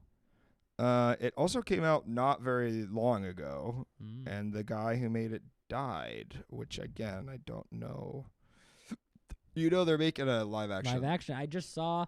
He just popped up on my feed maybe yesterday. Yeah. The first time I saw the new live action Stitch. I know. And I was like, wow, this is a big. I actually thought to myself, this is a big moment. This is the first time I'm seeing the live action Stitch. Right. You Right you know what you I was thought- like, I'm gonna see this guy a lot. You I said bet. you said it out loud. This is a big moment. This Yeah. is the first time I'm seeing live action It's Stitch. the first time I've seen him, and I bet I'm gonna see a lot of this guy in the next couple of years. You know what I mean? Yeah. Skitch is a real scamp in Disney Dreamlight. Man, I've almost Oh. bought that game so many times. My wife really wants that game. There's something about it where I'm like, I'm not even the biggest Disney guy, but there's something about it. I was like, shiz, Disney Animal Crossing, I could fuck with this. I know. I Yeah. could fuck with yeah. this. Well, were you a big Kingdom Hearts guy? Yeah. Me too. Very big. Really liked What it. did you think of? Oh no, I don't know. I don't know what these waters are like. Mm. What did you think of Kingdom Hearts 3? I didn't play it because everybody said it was so fucking bad. I got pretty upset. I- I'm not gonna lie. I was going to play it, and then everybody kept being like, it fucking sucks. Yeah. And I was like, Yeah. I don't really know exactly what is so bad about it, but I don't know. Why was it so bad? I feel like I remember getting through the Toy Story world, which I think is the first one, Mm-hmm. and And you're like, how could that not be a fucking slam dunk? It's Toy Story world. I think I remember thinking, I think I've spent like 5 hours on this game, Mhm. and 4 of them have been cutscenes. Like Yeah. it was so obnoxious how long the cutscenes were. Yeah. They were so, like unnecessarily long. Yeah, and tough because a game that or a franchise always a confusing story, but then had like a 20-year gap to put out a shit ton of side games that you and I have never played, and most and people never never will. played, but Yeah. are canon. Yeah. Yeah, Exactly. yeah. Yeah. It was a disappointment, especially because I bought a whole PS4 specifically to play Kingdom Really? Hearts 3, and really only Kingdom Hearts 3. That's what you were there for. But thankfully, that PS4 came with the Spider-Man game that came out for the PS4. great game. And I ended up being way more addicted to that. Yeah. And I was like, this has actually made I still PS4 need to worth play it. that shit. I've heard it's so good. It's I bought a great. Steam Deck. You know what a Steam Deck is? Mhm. That dude, that's the best money I've spent in years. Oh yeah. Better than Yeah. any of this shit. Like I love my Steam Deck. I'm like Mhm. I play a lot of video games, but I feel like I end up playing just because of the stream and just like social stuff. I end up playing a lot of like Fortnite or like online like multiplayer games. Mhm. And it's really got me into playing. I'm playing like big ass video games like before I go to bed and stuff. Yeah. And I'm having a blast. I'm Yeah. having a blast. I'm having a blast. That's good. I gotta play Metal Gear Solid 2.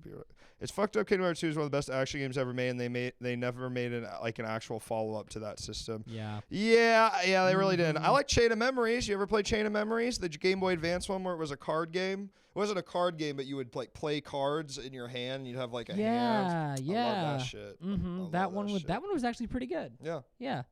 because it came out between Kingdom Hearts 1 and 2. Mhm. They didn't fuck it up. Yeah.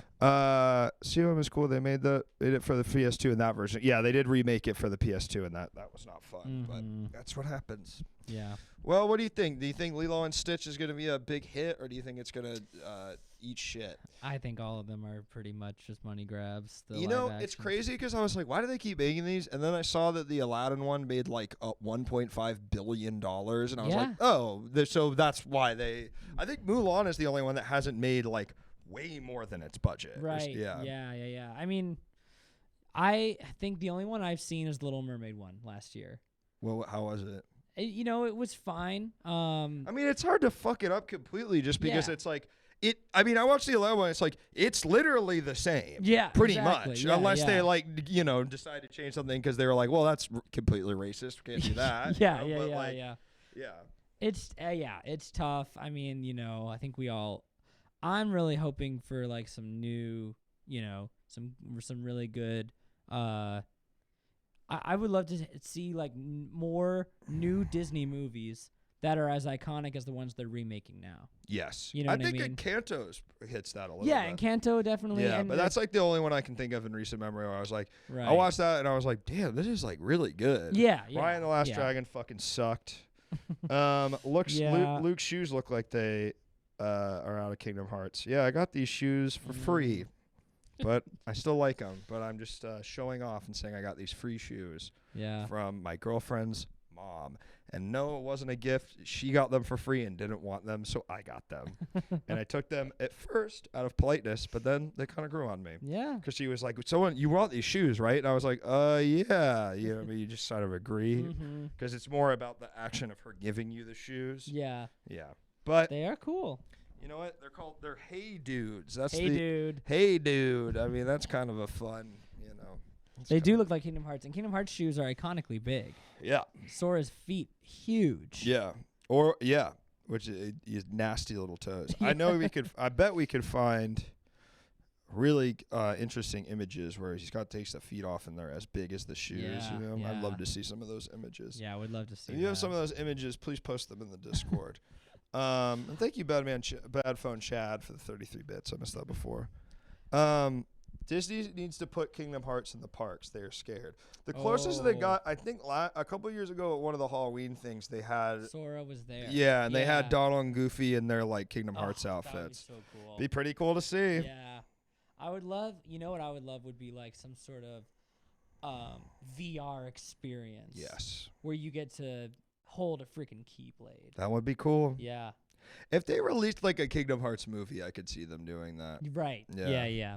Is Wreck-It Ralph Disney? Pixar, I think. Pretty sure it's Pixar. But no, but think it in the is Disney. under the Disney. Yeah. I think it might be Disney actually. I fuck with Wreck-It Ralph. Yeah, Wreck-It Ralph was good. That's a good guy.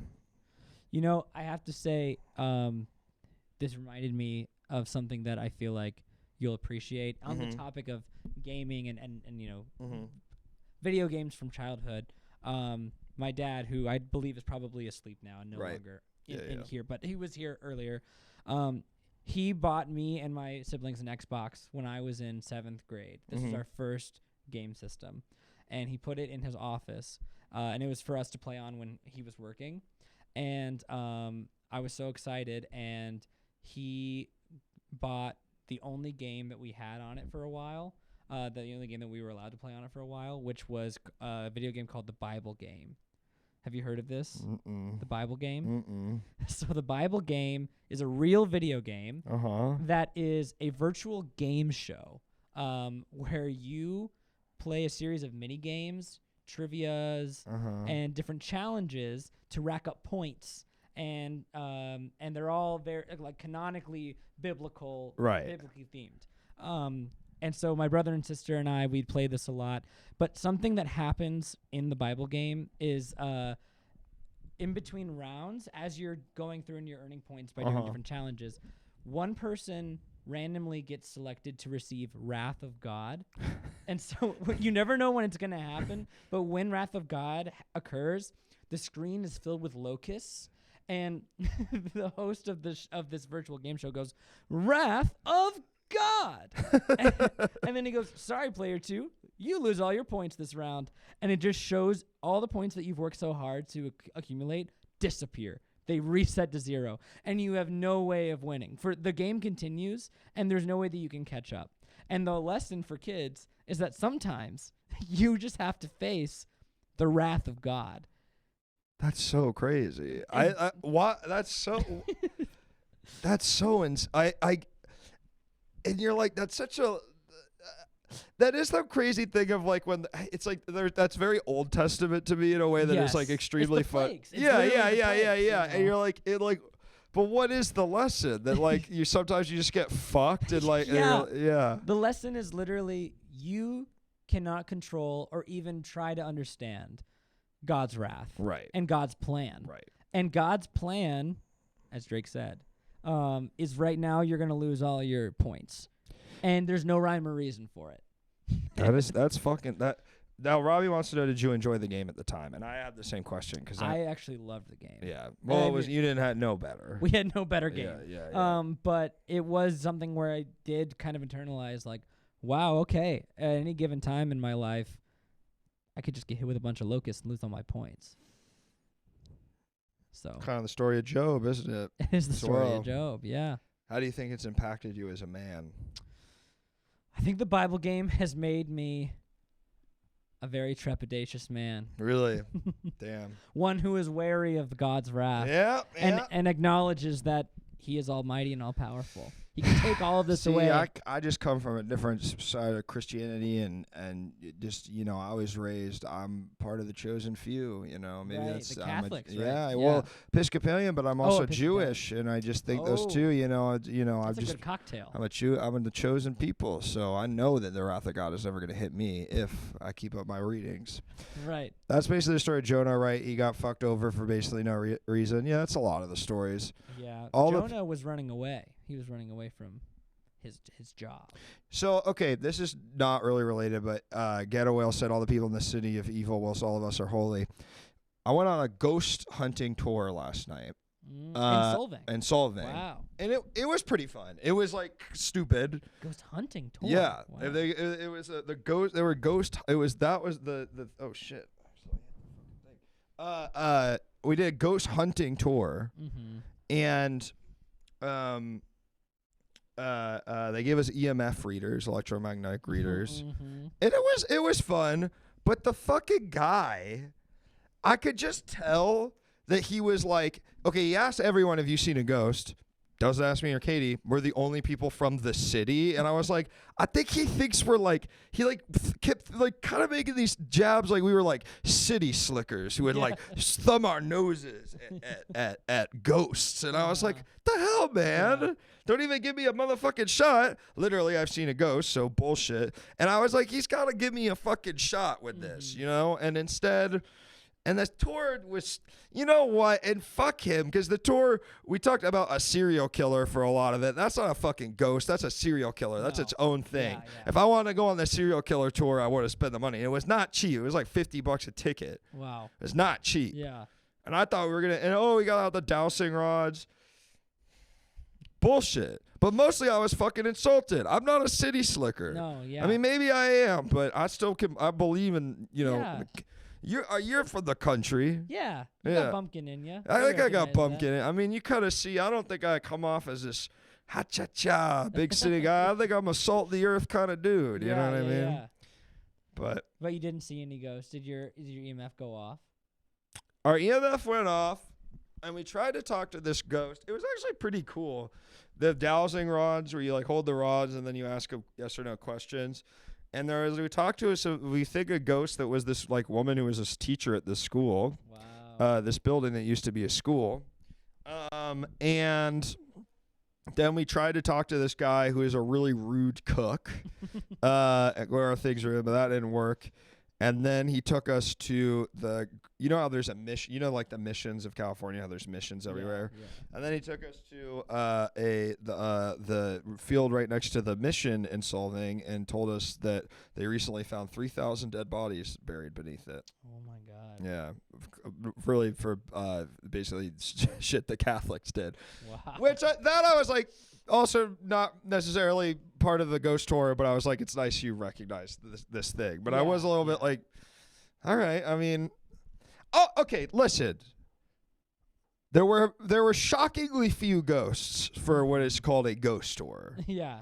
I would say But a ghost hunting tour. Yeah, but It kind of does imply that they're hiding a bit. But he did take us to these hot spots, but he took us to like 2 out of the 5 places, and the rest was like, oh, here's a serial killer. I don't care about a serial killer. Is his ghost in there? No.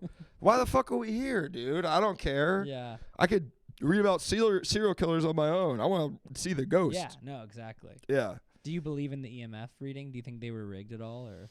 I don't think they were rigged, but I think it's a tough thing where it is. And he was saying the guy was like being honest about it. He's like, here's the thing. This thing also, like, if you hold it up to your phone, goes off because it's reading electromagnetic signals. You know what I mean? He wasn't like it wasn't like ooh, and if you believe hard enough. But I bet that. I live in St. John's, Newfoundland. I've been in a city since the mid-1600s. Yeah, I don't really think you could really do a ghost tour in California. I think that's fundamentally there's something fundamentally that doesn't really work. Yeah, it's like, I mean, the ones I've been on have been in like New Orleans, Savannah. Yep.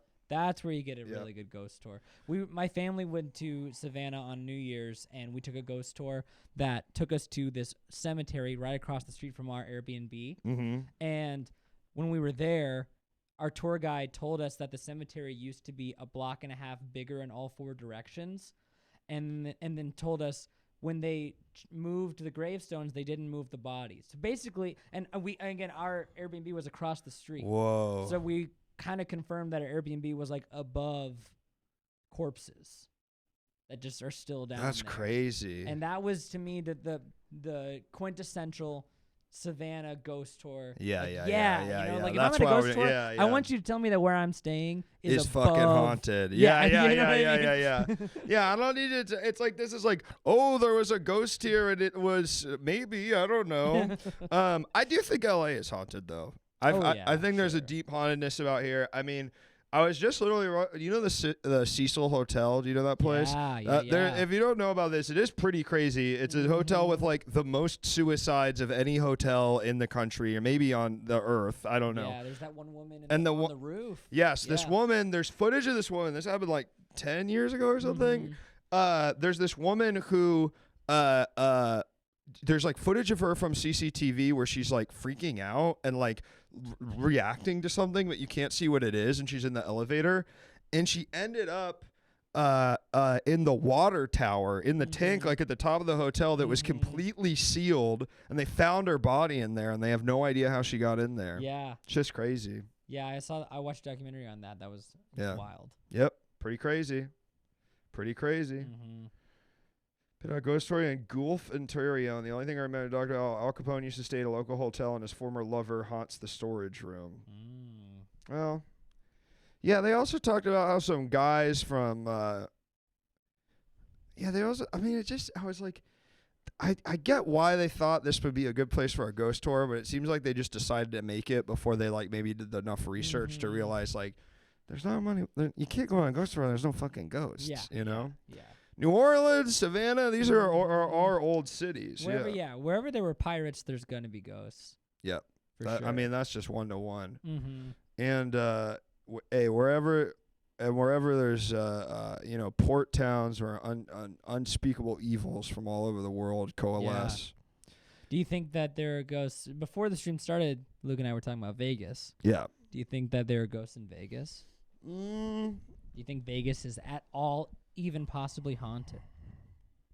You know, weirdly, it doesn't feel very haunted there. Yeah. Not in that way. Not in the way that like it just doesn't feel like horrible things have happened there, definitely.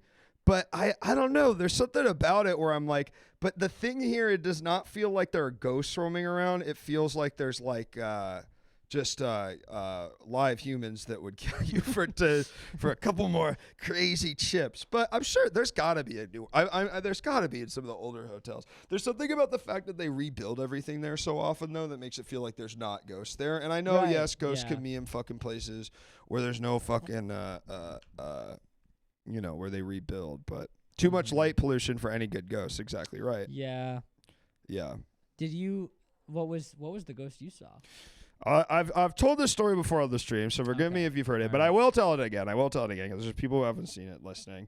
When I was 12 years old, I was in Venice, in Italy, and I was staying on a hotel that was on an island at a place that used to be... I did see a haunting in Venice, by the way. It'd be really funny if I was just telling you the plot, and I was like, oh, shit. So, by the way, I know what you're going to say. Yeah. Hopefully they haven't. No, I didn't see Haunting in Venice. It was horrible, right? I quite liked it, actually. Really? I thought it was fine. I mean, I like a good Agatha Christie. Yeah, I mean that's yeah. I never saw it. I don't know. I liked Murder. Isn't it the same Murder on the Orient? Nile, yeah. Yeah, Murder on the Nile, Murder on the Orient Express. Yeah, Orient Express. Yeah, they're all Agatha Christie's. Yeah. But you had a real haunting. So I was there. And it was a place that used to be a former sanatorium through the 1800s. It was like a madhouse, as it were, you call it back then, which I didn't know at the time, but I learned after and sort of the research trying to figure out why I saw this ghost. And so I'm in my hotel room and I'm on the toilet and I look up about 5 o'clock in the afternoon, right before dinner. And I look up and I see an old man with like salt and pepper hair, really long. Do you remember the book Lois Lowry's The Giver? In that book, the old man on the front of that kind of looked like that, but with more brown in his hair, wearing a hospital gown, and he's just has his finger out at me, and he doesn't say anything, but he's just shaking, and going like this, and I was very much getting the feeling like you're not supposed to be here was the feeling I got. And so I run out of the room.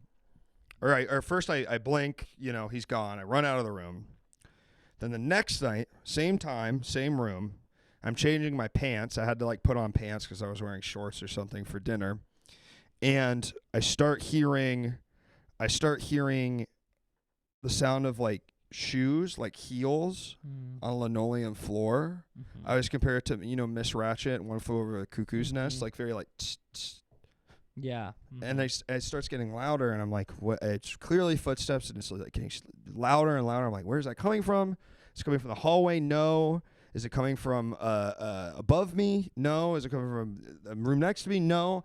And I realize, and I've still never experienced this sensation since, it sounded like it was coming from everywhere at once, and it was getting louder and louder and louder and louder until it was like deafeningly loud. Oh, wow. Finally, I put on I finally like put on my pants and run the fuck out of the room. And then I sit down at dinner, and my dad says, "You're so white, you look like you've seen a ghost." And then I told them that story, and they laughed at me. Oh, no. And they didn't believe me, but now they do, because I showed them in the end. It sounds like I maybe hurt them, but I didn't. I don't know if my dad believes me, but yeah, he did. He's. That no one else had a similar experience. Well, then I looked it up, and I found a couple other stories about this place. I mean, for me, it's a thing of I think my takeaway. I mean, here's my takeaway from that. I don't think I would believe in ghosts if that hadn't happened to me. I kind of do because it did, and by kind of I mean I really look at it as it felt less like this is a soul of a man, and more like this is residual sort of like emotional psychic energy of this like horrible acts that have like stained this place. Yeah, and that's how I always think of it. It's like it's not really like ooh like a fucking guy as much as it's such unspeakable things happen here that's it's seeped into the like very like floor itself. And I don't know, I think that really tracks for me about like what usually where you find ghosts, which are like they're not usually these things you communicate with you, they're just like echoes of suffering, really. Yeah, totally. Yeah. And I really I don't know, it's a weird thing because I don't think I'm not a very spiritual person in that way, and I'm not very nothing really about my other interests or worldview really aligns with that, so to speak. But I'm just like, well, it happened, and I'm fucking sure it did, and I'm like only more sure the older I get. You know what I mean? Yeah, I mean, I think for me, it's like with the question of like, do you believe in ghosts or not? Like to me, it almost feels like to say no emphatically feels like you're just asking to be proven wrong. Yeah. You know what I mean? It's like, well, I might as well just be open to the concept. Yes. Yeah. And it's like I could, if someone was like in our lifetimes proved that like, oh yeah, that is psychic energy and there's like a scientific explanation, I'd be like, cool, great. You know what I mean? Like I think it's like saying aliens aren't real. It's like, how the fuck do you know, bro? Yeah, exactly. It's like until we know for sure. Yeah. It's plausible to assume. Yeah. And magic is real, and you can go to Harry Potter. You can be in Harry Potter school if you believe. I know a girl, this is just free associating here, but I know a girl that I went to elementary school with that convinced her parents to send her to English boarding school because she was so obsessed with Harry Potter. Again, going back to the millennials of it all. Yep. And I think she was bullied pretty bad. I don't think that really worked out for a guy. Imagine someone shows up at your like a public school and I'm trying to think what you're like, I love Ferris Bueller's Day Off. You're like, what the fuck? You just got your parents to move. We got another Ferris Bueller wannabe. we got another. Are you going to convince your two best friends to skip today? Like you do every day? Who's the director of that? John Hughes. Hughes. You're such a John Hughes head. You're just some like Italian boy, and you're like, yes, I want to live in the suburbs of Chicago. Yeah. I want to go to Sausage King every day. I know. I would love to imagine that how big Harry Potter was here. Ferris Bueller was that big in Italy. Yeah, we love Ferris Bueller. He drives a cool car. Yeah, that's good. That's really good. We have 8 movies. We love Molly. Yeah, they made the Italian like spin-offs, and it's just like Ferris. Yeah. Going to school in Colorado because you're a big South Park fan. Yeah. I do have to say, Ferris Bueller Matthew Broderick in that movie is what I've mostly gotten as my celebrity lookalike. Really? Yeah. I see that. So much so that when I was at a Dodger game last year, there was a drunk father who was walking with his like teenage daughter, and he did a double take, and he came up to me and said, "Has anyone ever told you you look like Ferris Bueller?" And I was like, "Yeah, I mean, I've heard that before." And his daughter was like, "Dad, please, like, let's just go." And he goes, and they walk away, and then he turns around, comes back, and goes, "Screw it, take a picture of me with fake Ferris Bueller." And I was like, "Sure." And so his daughter reluctantly took this picture with us, took this picture of me and him. And she was just so embarrassed. She was like, "Dad," and he was like, "You don't get it. You don't get it. He looks just like him." This is pre-mustache. But. That's so good. That's really good. So I was gonna say he thought you were Matthew Broderick, and it'd be really funny. A guy who's like, "Yeah, Matthew Broderick still looks like that." Yeah, like he doesn't know. I haven't seen him in a while. I Yeah, assume he's yeah. still a teen. Yeah. And remember, folks, Matthew Broderick did what? Killed a person in a drunk driving accident in the 90s. That's right. We can't ever forget. Was Sarah Jessica Parker in the car? Or I don't know. I feel like there was another, like maybe someone he was dating was also there.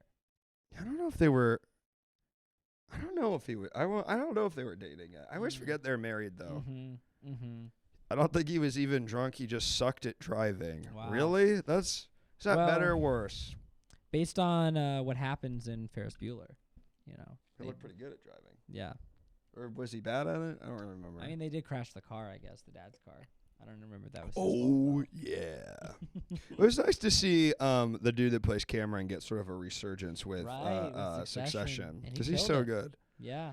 I thought Sloane Peterson was the sort of most beautiful woman I had ever seen when I was a kid, and I when I realized when I like put it together that she was like gotta be way older than me, I got really sad. It really made me very sad. Yeah, I can relate to that, and I actually feel like a way that I handled it was I met the woman who's now my wife, and part of the reason I really liked her was because I thought that she kind of looked like her. I see that. And so I was kind of like, well, this is kind of my way of getting around that. And you were as a guy who looked like Ferris Bueller. You also are right. Ferris Bueller. And we still haven't done it as a Halloween costume. Can you believe it? Damn. Yeah.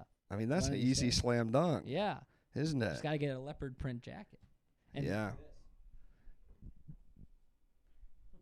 And you gotta have someone be Cameron and have a big freak out. Yeah. Did it make you want to step in sort of chamber that would make you older? Like what happened in Big, except it's a chamber, not a wish from a machine.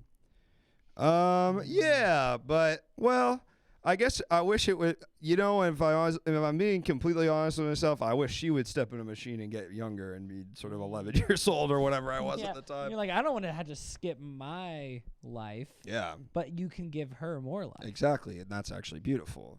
But she does have to marry an 11-year-old boy. He was also in the shittiest Godzilla. You had no idea about the Broderick thing. That's why I always say it, because people don't know about Yeah, that, and I think it's important. I think we always need to know stuff like that, because we always got to remember which one our celebrities have killed. Yeah. I believe that. Yeah. Do we have to bring up Baldwin on this? Yeah, well, we can, but everyone knows about that. Yeah, Alec Baldwin, The Rust Shooter. the rush shooter. Yeah. Seems like he's gonna be fine though.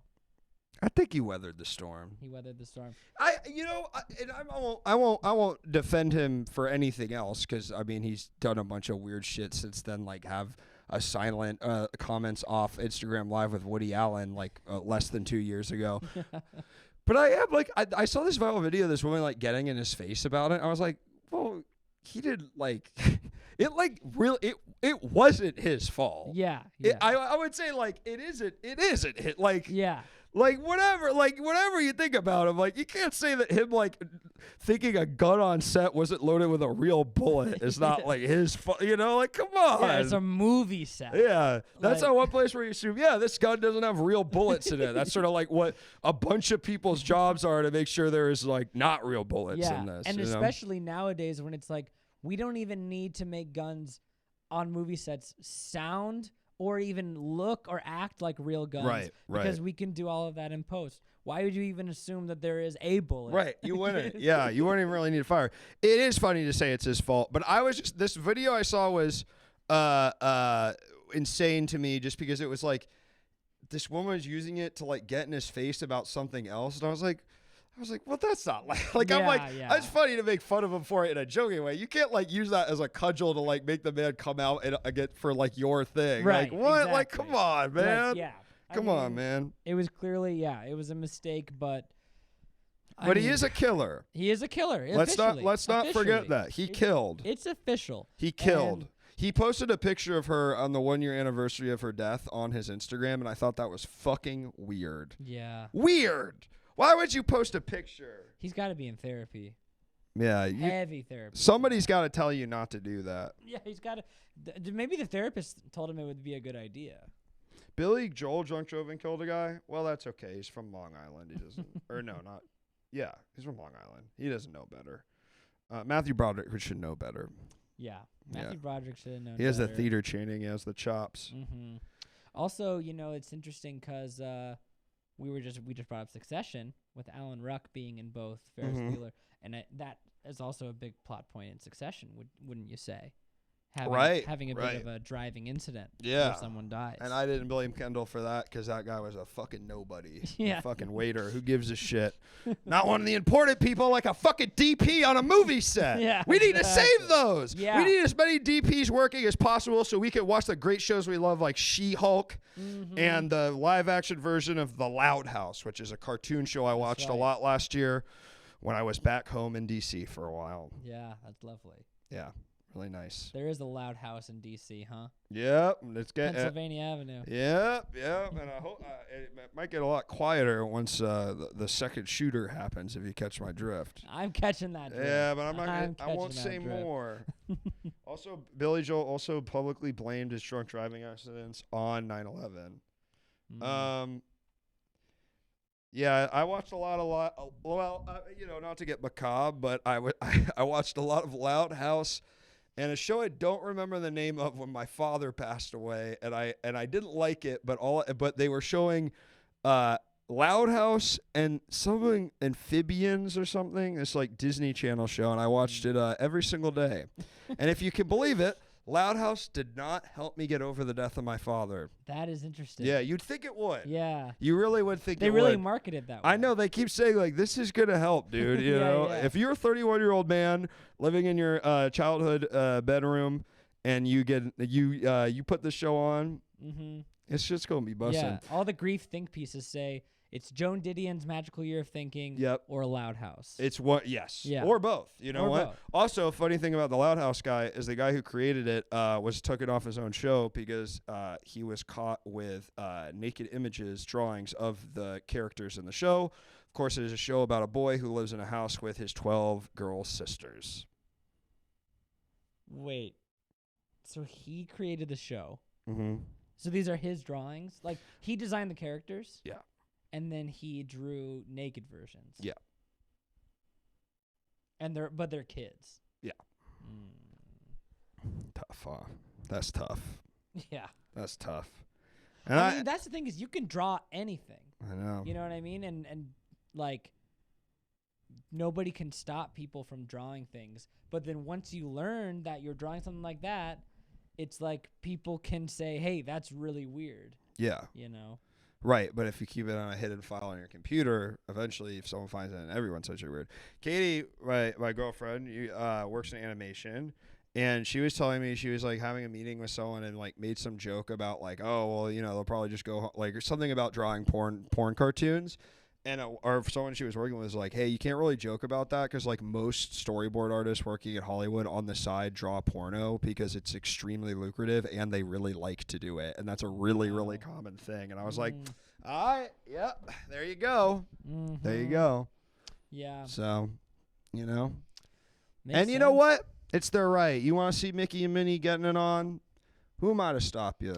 Now, here's a question though: do you think that AI is do you think that AI images and image generators are infringing on that market for anime? I mean, I think maybe, But you know, I think there's something more about that homegrown stuff where it's like, you know, you see the artists really their stank on it. Yeah, there's more. You know, they'll hardness. just never be able to come up with the scenarios that you want. Like they're never gonna get Leela's eye from Futurama quite right. Yeah. They're never gonna. You're never gonna see Kang and Kodos from The Simpsons fucking Marge in the exact way you pictured it, and that an artist could come up with. So I just, you know, AI still can't do genitals, and I've heard genitals are a lot of, you know, a big part of porno. I've heard that as well. Yeah. Can't really back up if that's true, but you know, or at least the implication of genitals is huge. Yeah. Yeah. We need them. We need to, even if we don't see them, we need to believe that they are correctly drawn. Right. Yeah. You can't replace authenticity. AI porno just doesn't feel the same. I know. Pussies and dicks are hard to get right. Brother, you're telling me. Brother, you are telling me. Hard to operate as well. I've read that AI still can't do enormous carks that you swing around. I heard from someone. Yeah, well, you know, I know you're kidding, Get a Whale, but I know it's true. Can't get the front, and there's just nothing. You know, I think we're safe. Yeah. But you know what? You know what's crazy? The one thing I have noticed, and I've heard other people say this too, when you Google something, it is like, what if it's just like, I Googled piano today to just find a picture of a piano to make as the background for our poster, and had to like weed through like a bunch of obvious AI generated images. I actually went with one because it was really making me laugh, because it was like, nothing about it, like the web page made it seem AI, but it was like the piano bench was on the side of the piano, and there were like the keys were all looking fucked up, and I was like, this is so much of using the internet now, is just seeing this shit. Yeah. You know? That is like, it's such an interesting like phase of the internet that we're in, where it's like, photography is being replaced with just like AI generated images of pianos, and for what? Who made that? I don't know. Why do we need it? And I'm like, I don't know. It's like you don't get money for getting like your Google image search clicked on, but maybe, I don't know. Saw this today. Fake eye image was the first result for Googling blue whale. Oh, I hope it ain't the blue whale challenge. Is this AI? I think this is just a drawing, dog. Right? I think this is just an illustration. How do you know it's AI? Oh, it has a dorsal fin, right? Yeah, right. They don't have a dorsal fin. Yeah, you're right. Yeah, and the tail is the wrong way. It's a shark, is what it is. What they've drawn is a shark. So that's trick my ass. Who's the idiot now? Yeah, so this is not what a blue whale looks like. I guess not. That's what they're saying. And this is the first thing that Google shows you. Yeah, if you Google blue whale, this is what you see. That's awesome. That's like changing the way that we perceive the world. Yeah. You know? Yeah. That's crazy. The only way to refute this is to go see a blue whale in real life. And then maybe that's, so maybe it's actually good, and we're all going to be kind of driven back to fucking just living in fucking real life and enjoying ourselves. And just fucking. I think it's going to be that. If I don't see something in real life, it doesn't exist. And I think that's where the internet is heading for real. Unless they make a version of it in VR that really can, do something to me. Mm-hmm. Yeah. I think if they made a VR version of like World of Warcraft, and I could just kind of like fucking get in that and never leave. And with the Oxycontin too. Yeah, with the Oxycontin too. Well, at least, and then I probably wouldn't even need to take Oxycontin. I would just kind of, I'd probably get it intravenously, or the machine would give it. We got a call. Hello, caller. Welcome to the show. What's your name? What are you calling about? Oh, hey, guys. This is John Legend phoning. Happy Wednesday. I was calling. I had a question for Alan, and I hope that was okay. Yeah. It's just so it's on topic. So the other day I was here on my property, and I was inside and I was sleeping. I'll try to keep it short. I heard a loud clatter, a raucous noise. And so I went to my door to see what it was, and this man was coming. He was disheveled. But what was weird is he had piano key. I guess what had happened was a piano had fallen on his head, and so now his teeth had become piano keys. So I guess what I'm wondering is, so we're in the middle now of a legal thing over it, but I'm wondering, Alan, is there anything that you know, like physiologically, about why a person's teeth become piano keys when a piano falls on their head? Because we spent an hour or two trying to figure it out. Right. And just from a physiological perspective, do you have any information on that? And John, what did fucking Chrissy Teigen think of all this? Yeah. Chrissy fell down the stairs, and we're nursing her now back to health. And I wasn't supposed to say anything about that, but That's she tough. She fell down because of the piano guy? No, she fell down the stairs because she's so clumsy. Yeah, Oh, right. Yeah. she is That's clumsy. classic. Clumsy She's a clumsy Chrissy. head. So yeah.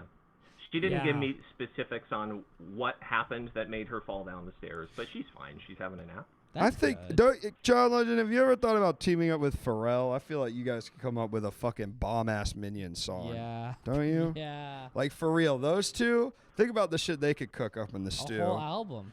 Because I'm Minions. I don't know a single John Legend song, but... He does. Because I'm Minions?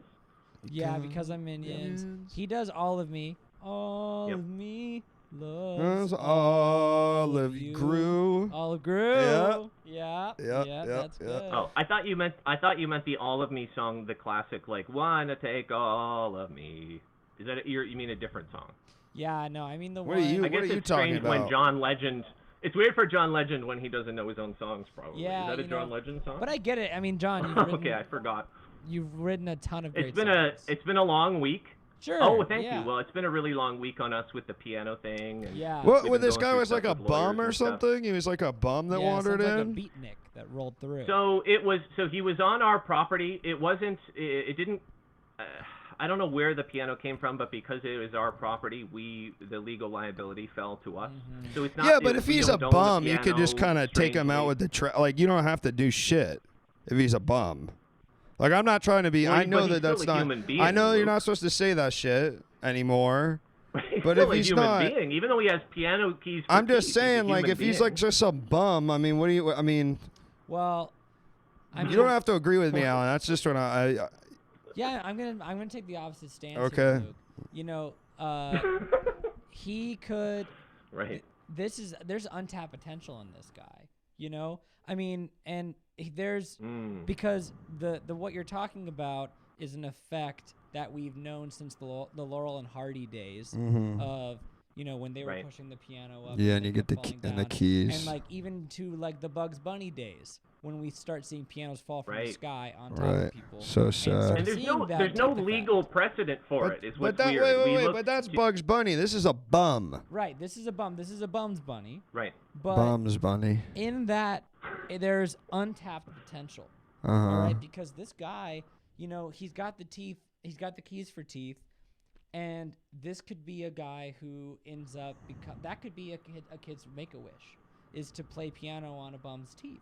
Okay. And now On his teeth. So On you're the saying teeth. that could be a job? They could create jobs that But way. if this for guy's guy. so Yeah. stupid that he's gonna get hit by a piano, do you think that you would have the? Well, imagine a guy with a brain like that would probably start You're not screaming. stupid if a piano for a piano falling on you. It never Pianos happened to fall me. do you know how fast? Never happened to objects anyone fall I on Earth? know. well, you're getting Laurel and Hardy. Well, no, but And those guys were dumbasses, or you at least don't the know- characters You don't they know. played. You don't know Stan Laurel.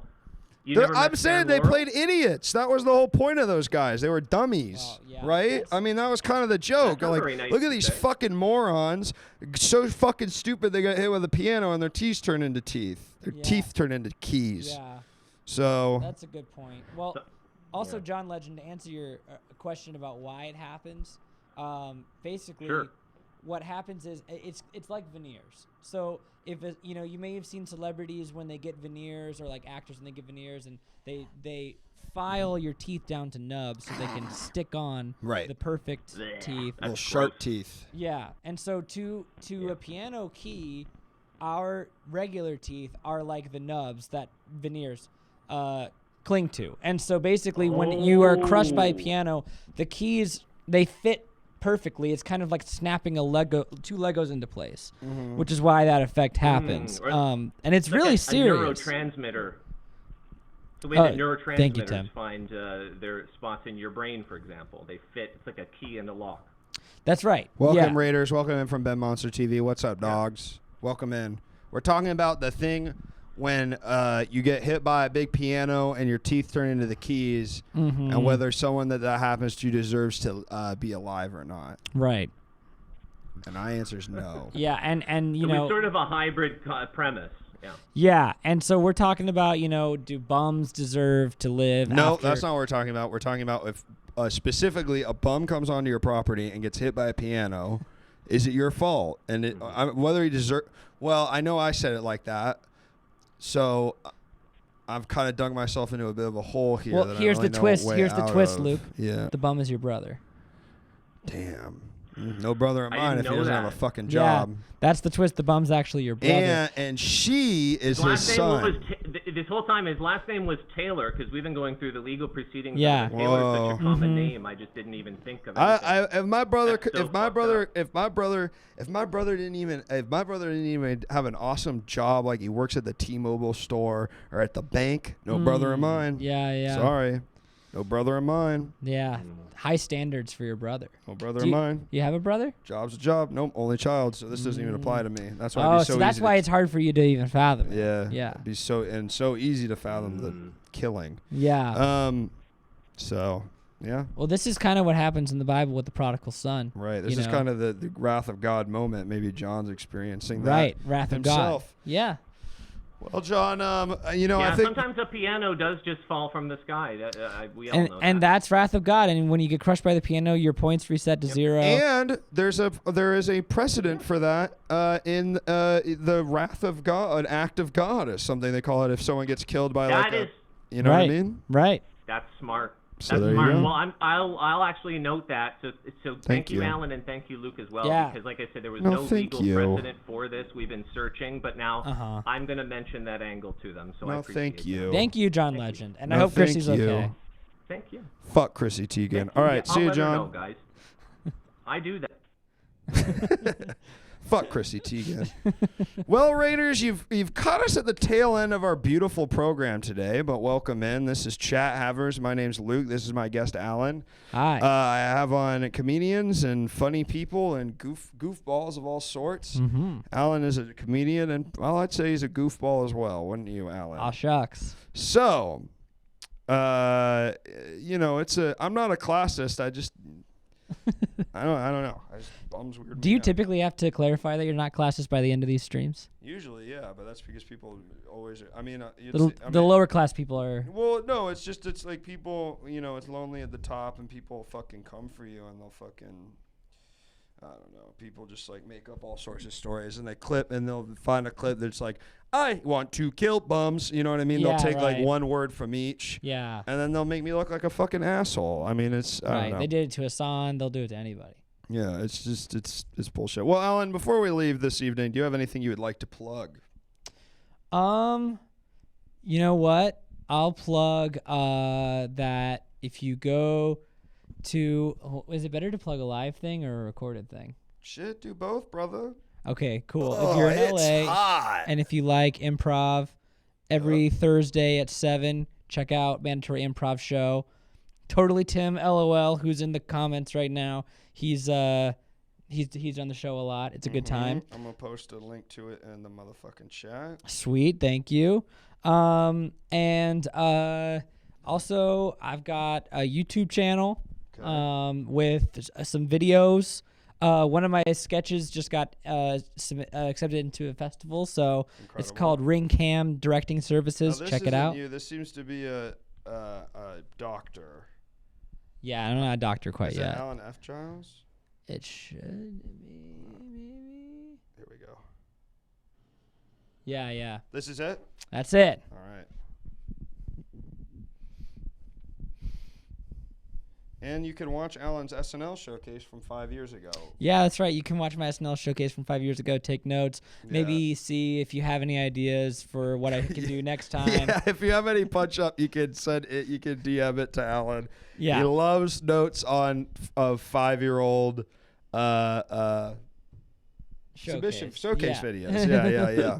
Yeah. Well, thank you for joining us, Alan. Thank you. What a Luke, treat for this having has me. been. And all you guys. We're gonna raid Ababox, who was on the previous show with me. This has been a blast. I'll see you guy I want to be on SNL. No, he isn't. He's not Jake Novak. They're just both white, Bowmore. You're getting confused. Yeah. I am just as white as They're Jake both Novak. white. That's the only difference, or that's a big difference. What was I going to say? On Tuesday, I don't know what our schedule is next week because I'm going to a wedding next Sunday, but I'll be on the normal times throughout the week. We'll be doing, the stuff I do on here. Mm-hmm. You don't know. Why am I looking to you like you would have any idea what I'm doing? Well, Tanner knows. He did. He's gone now. All right. See you guys. I'll see you on Tuesday. Take care.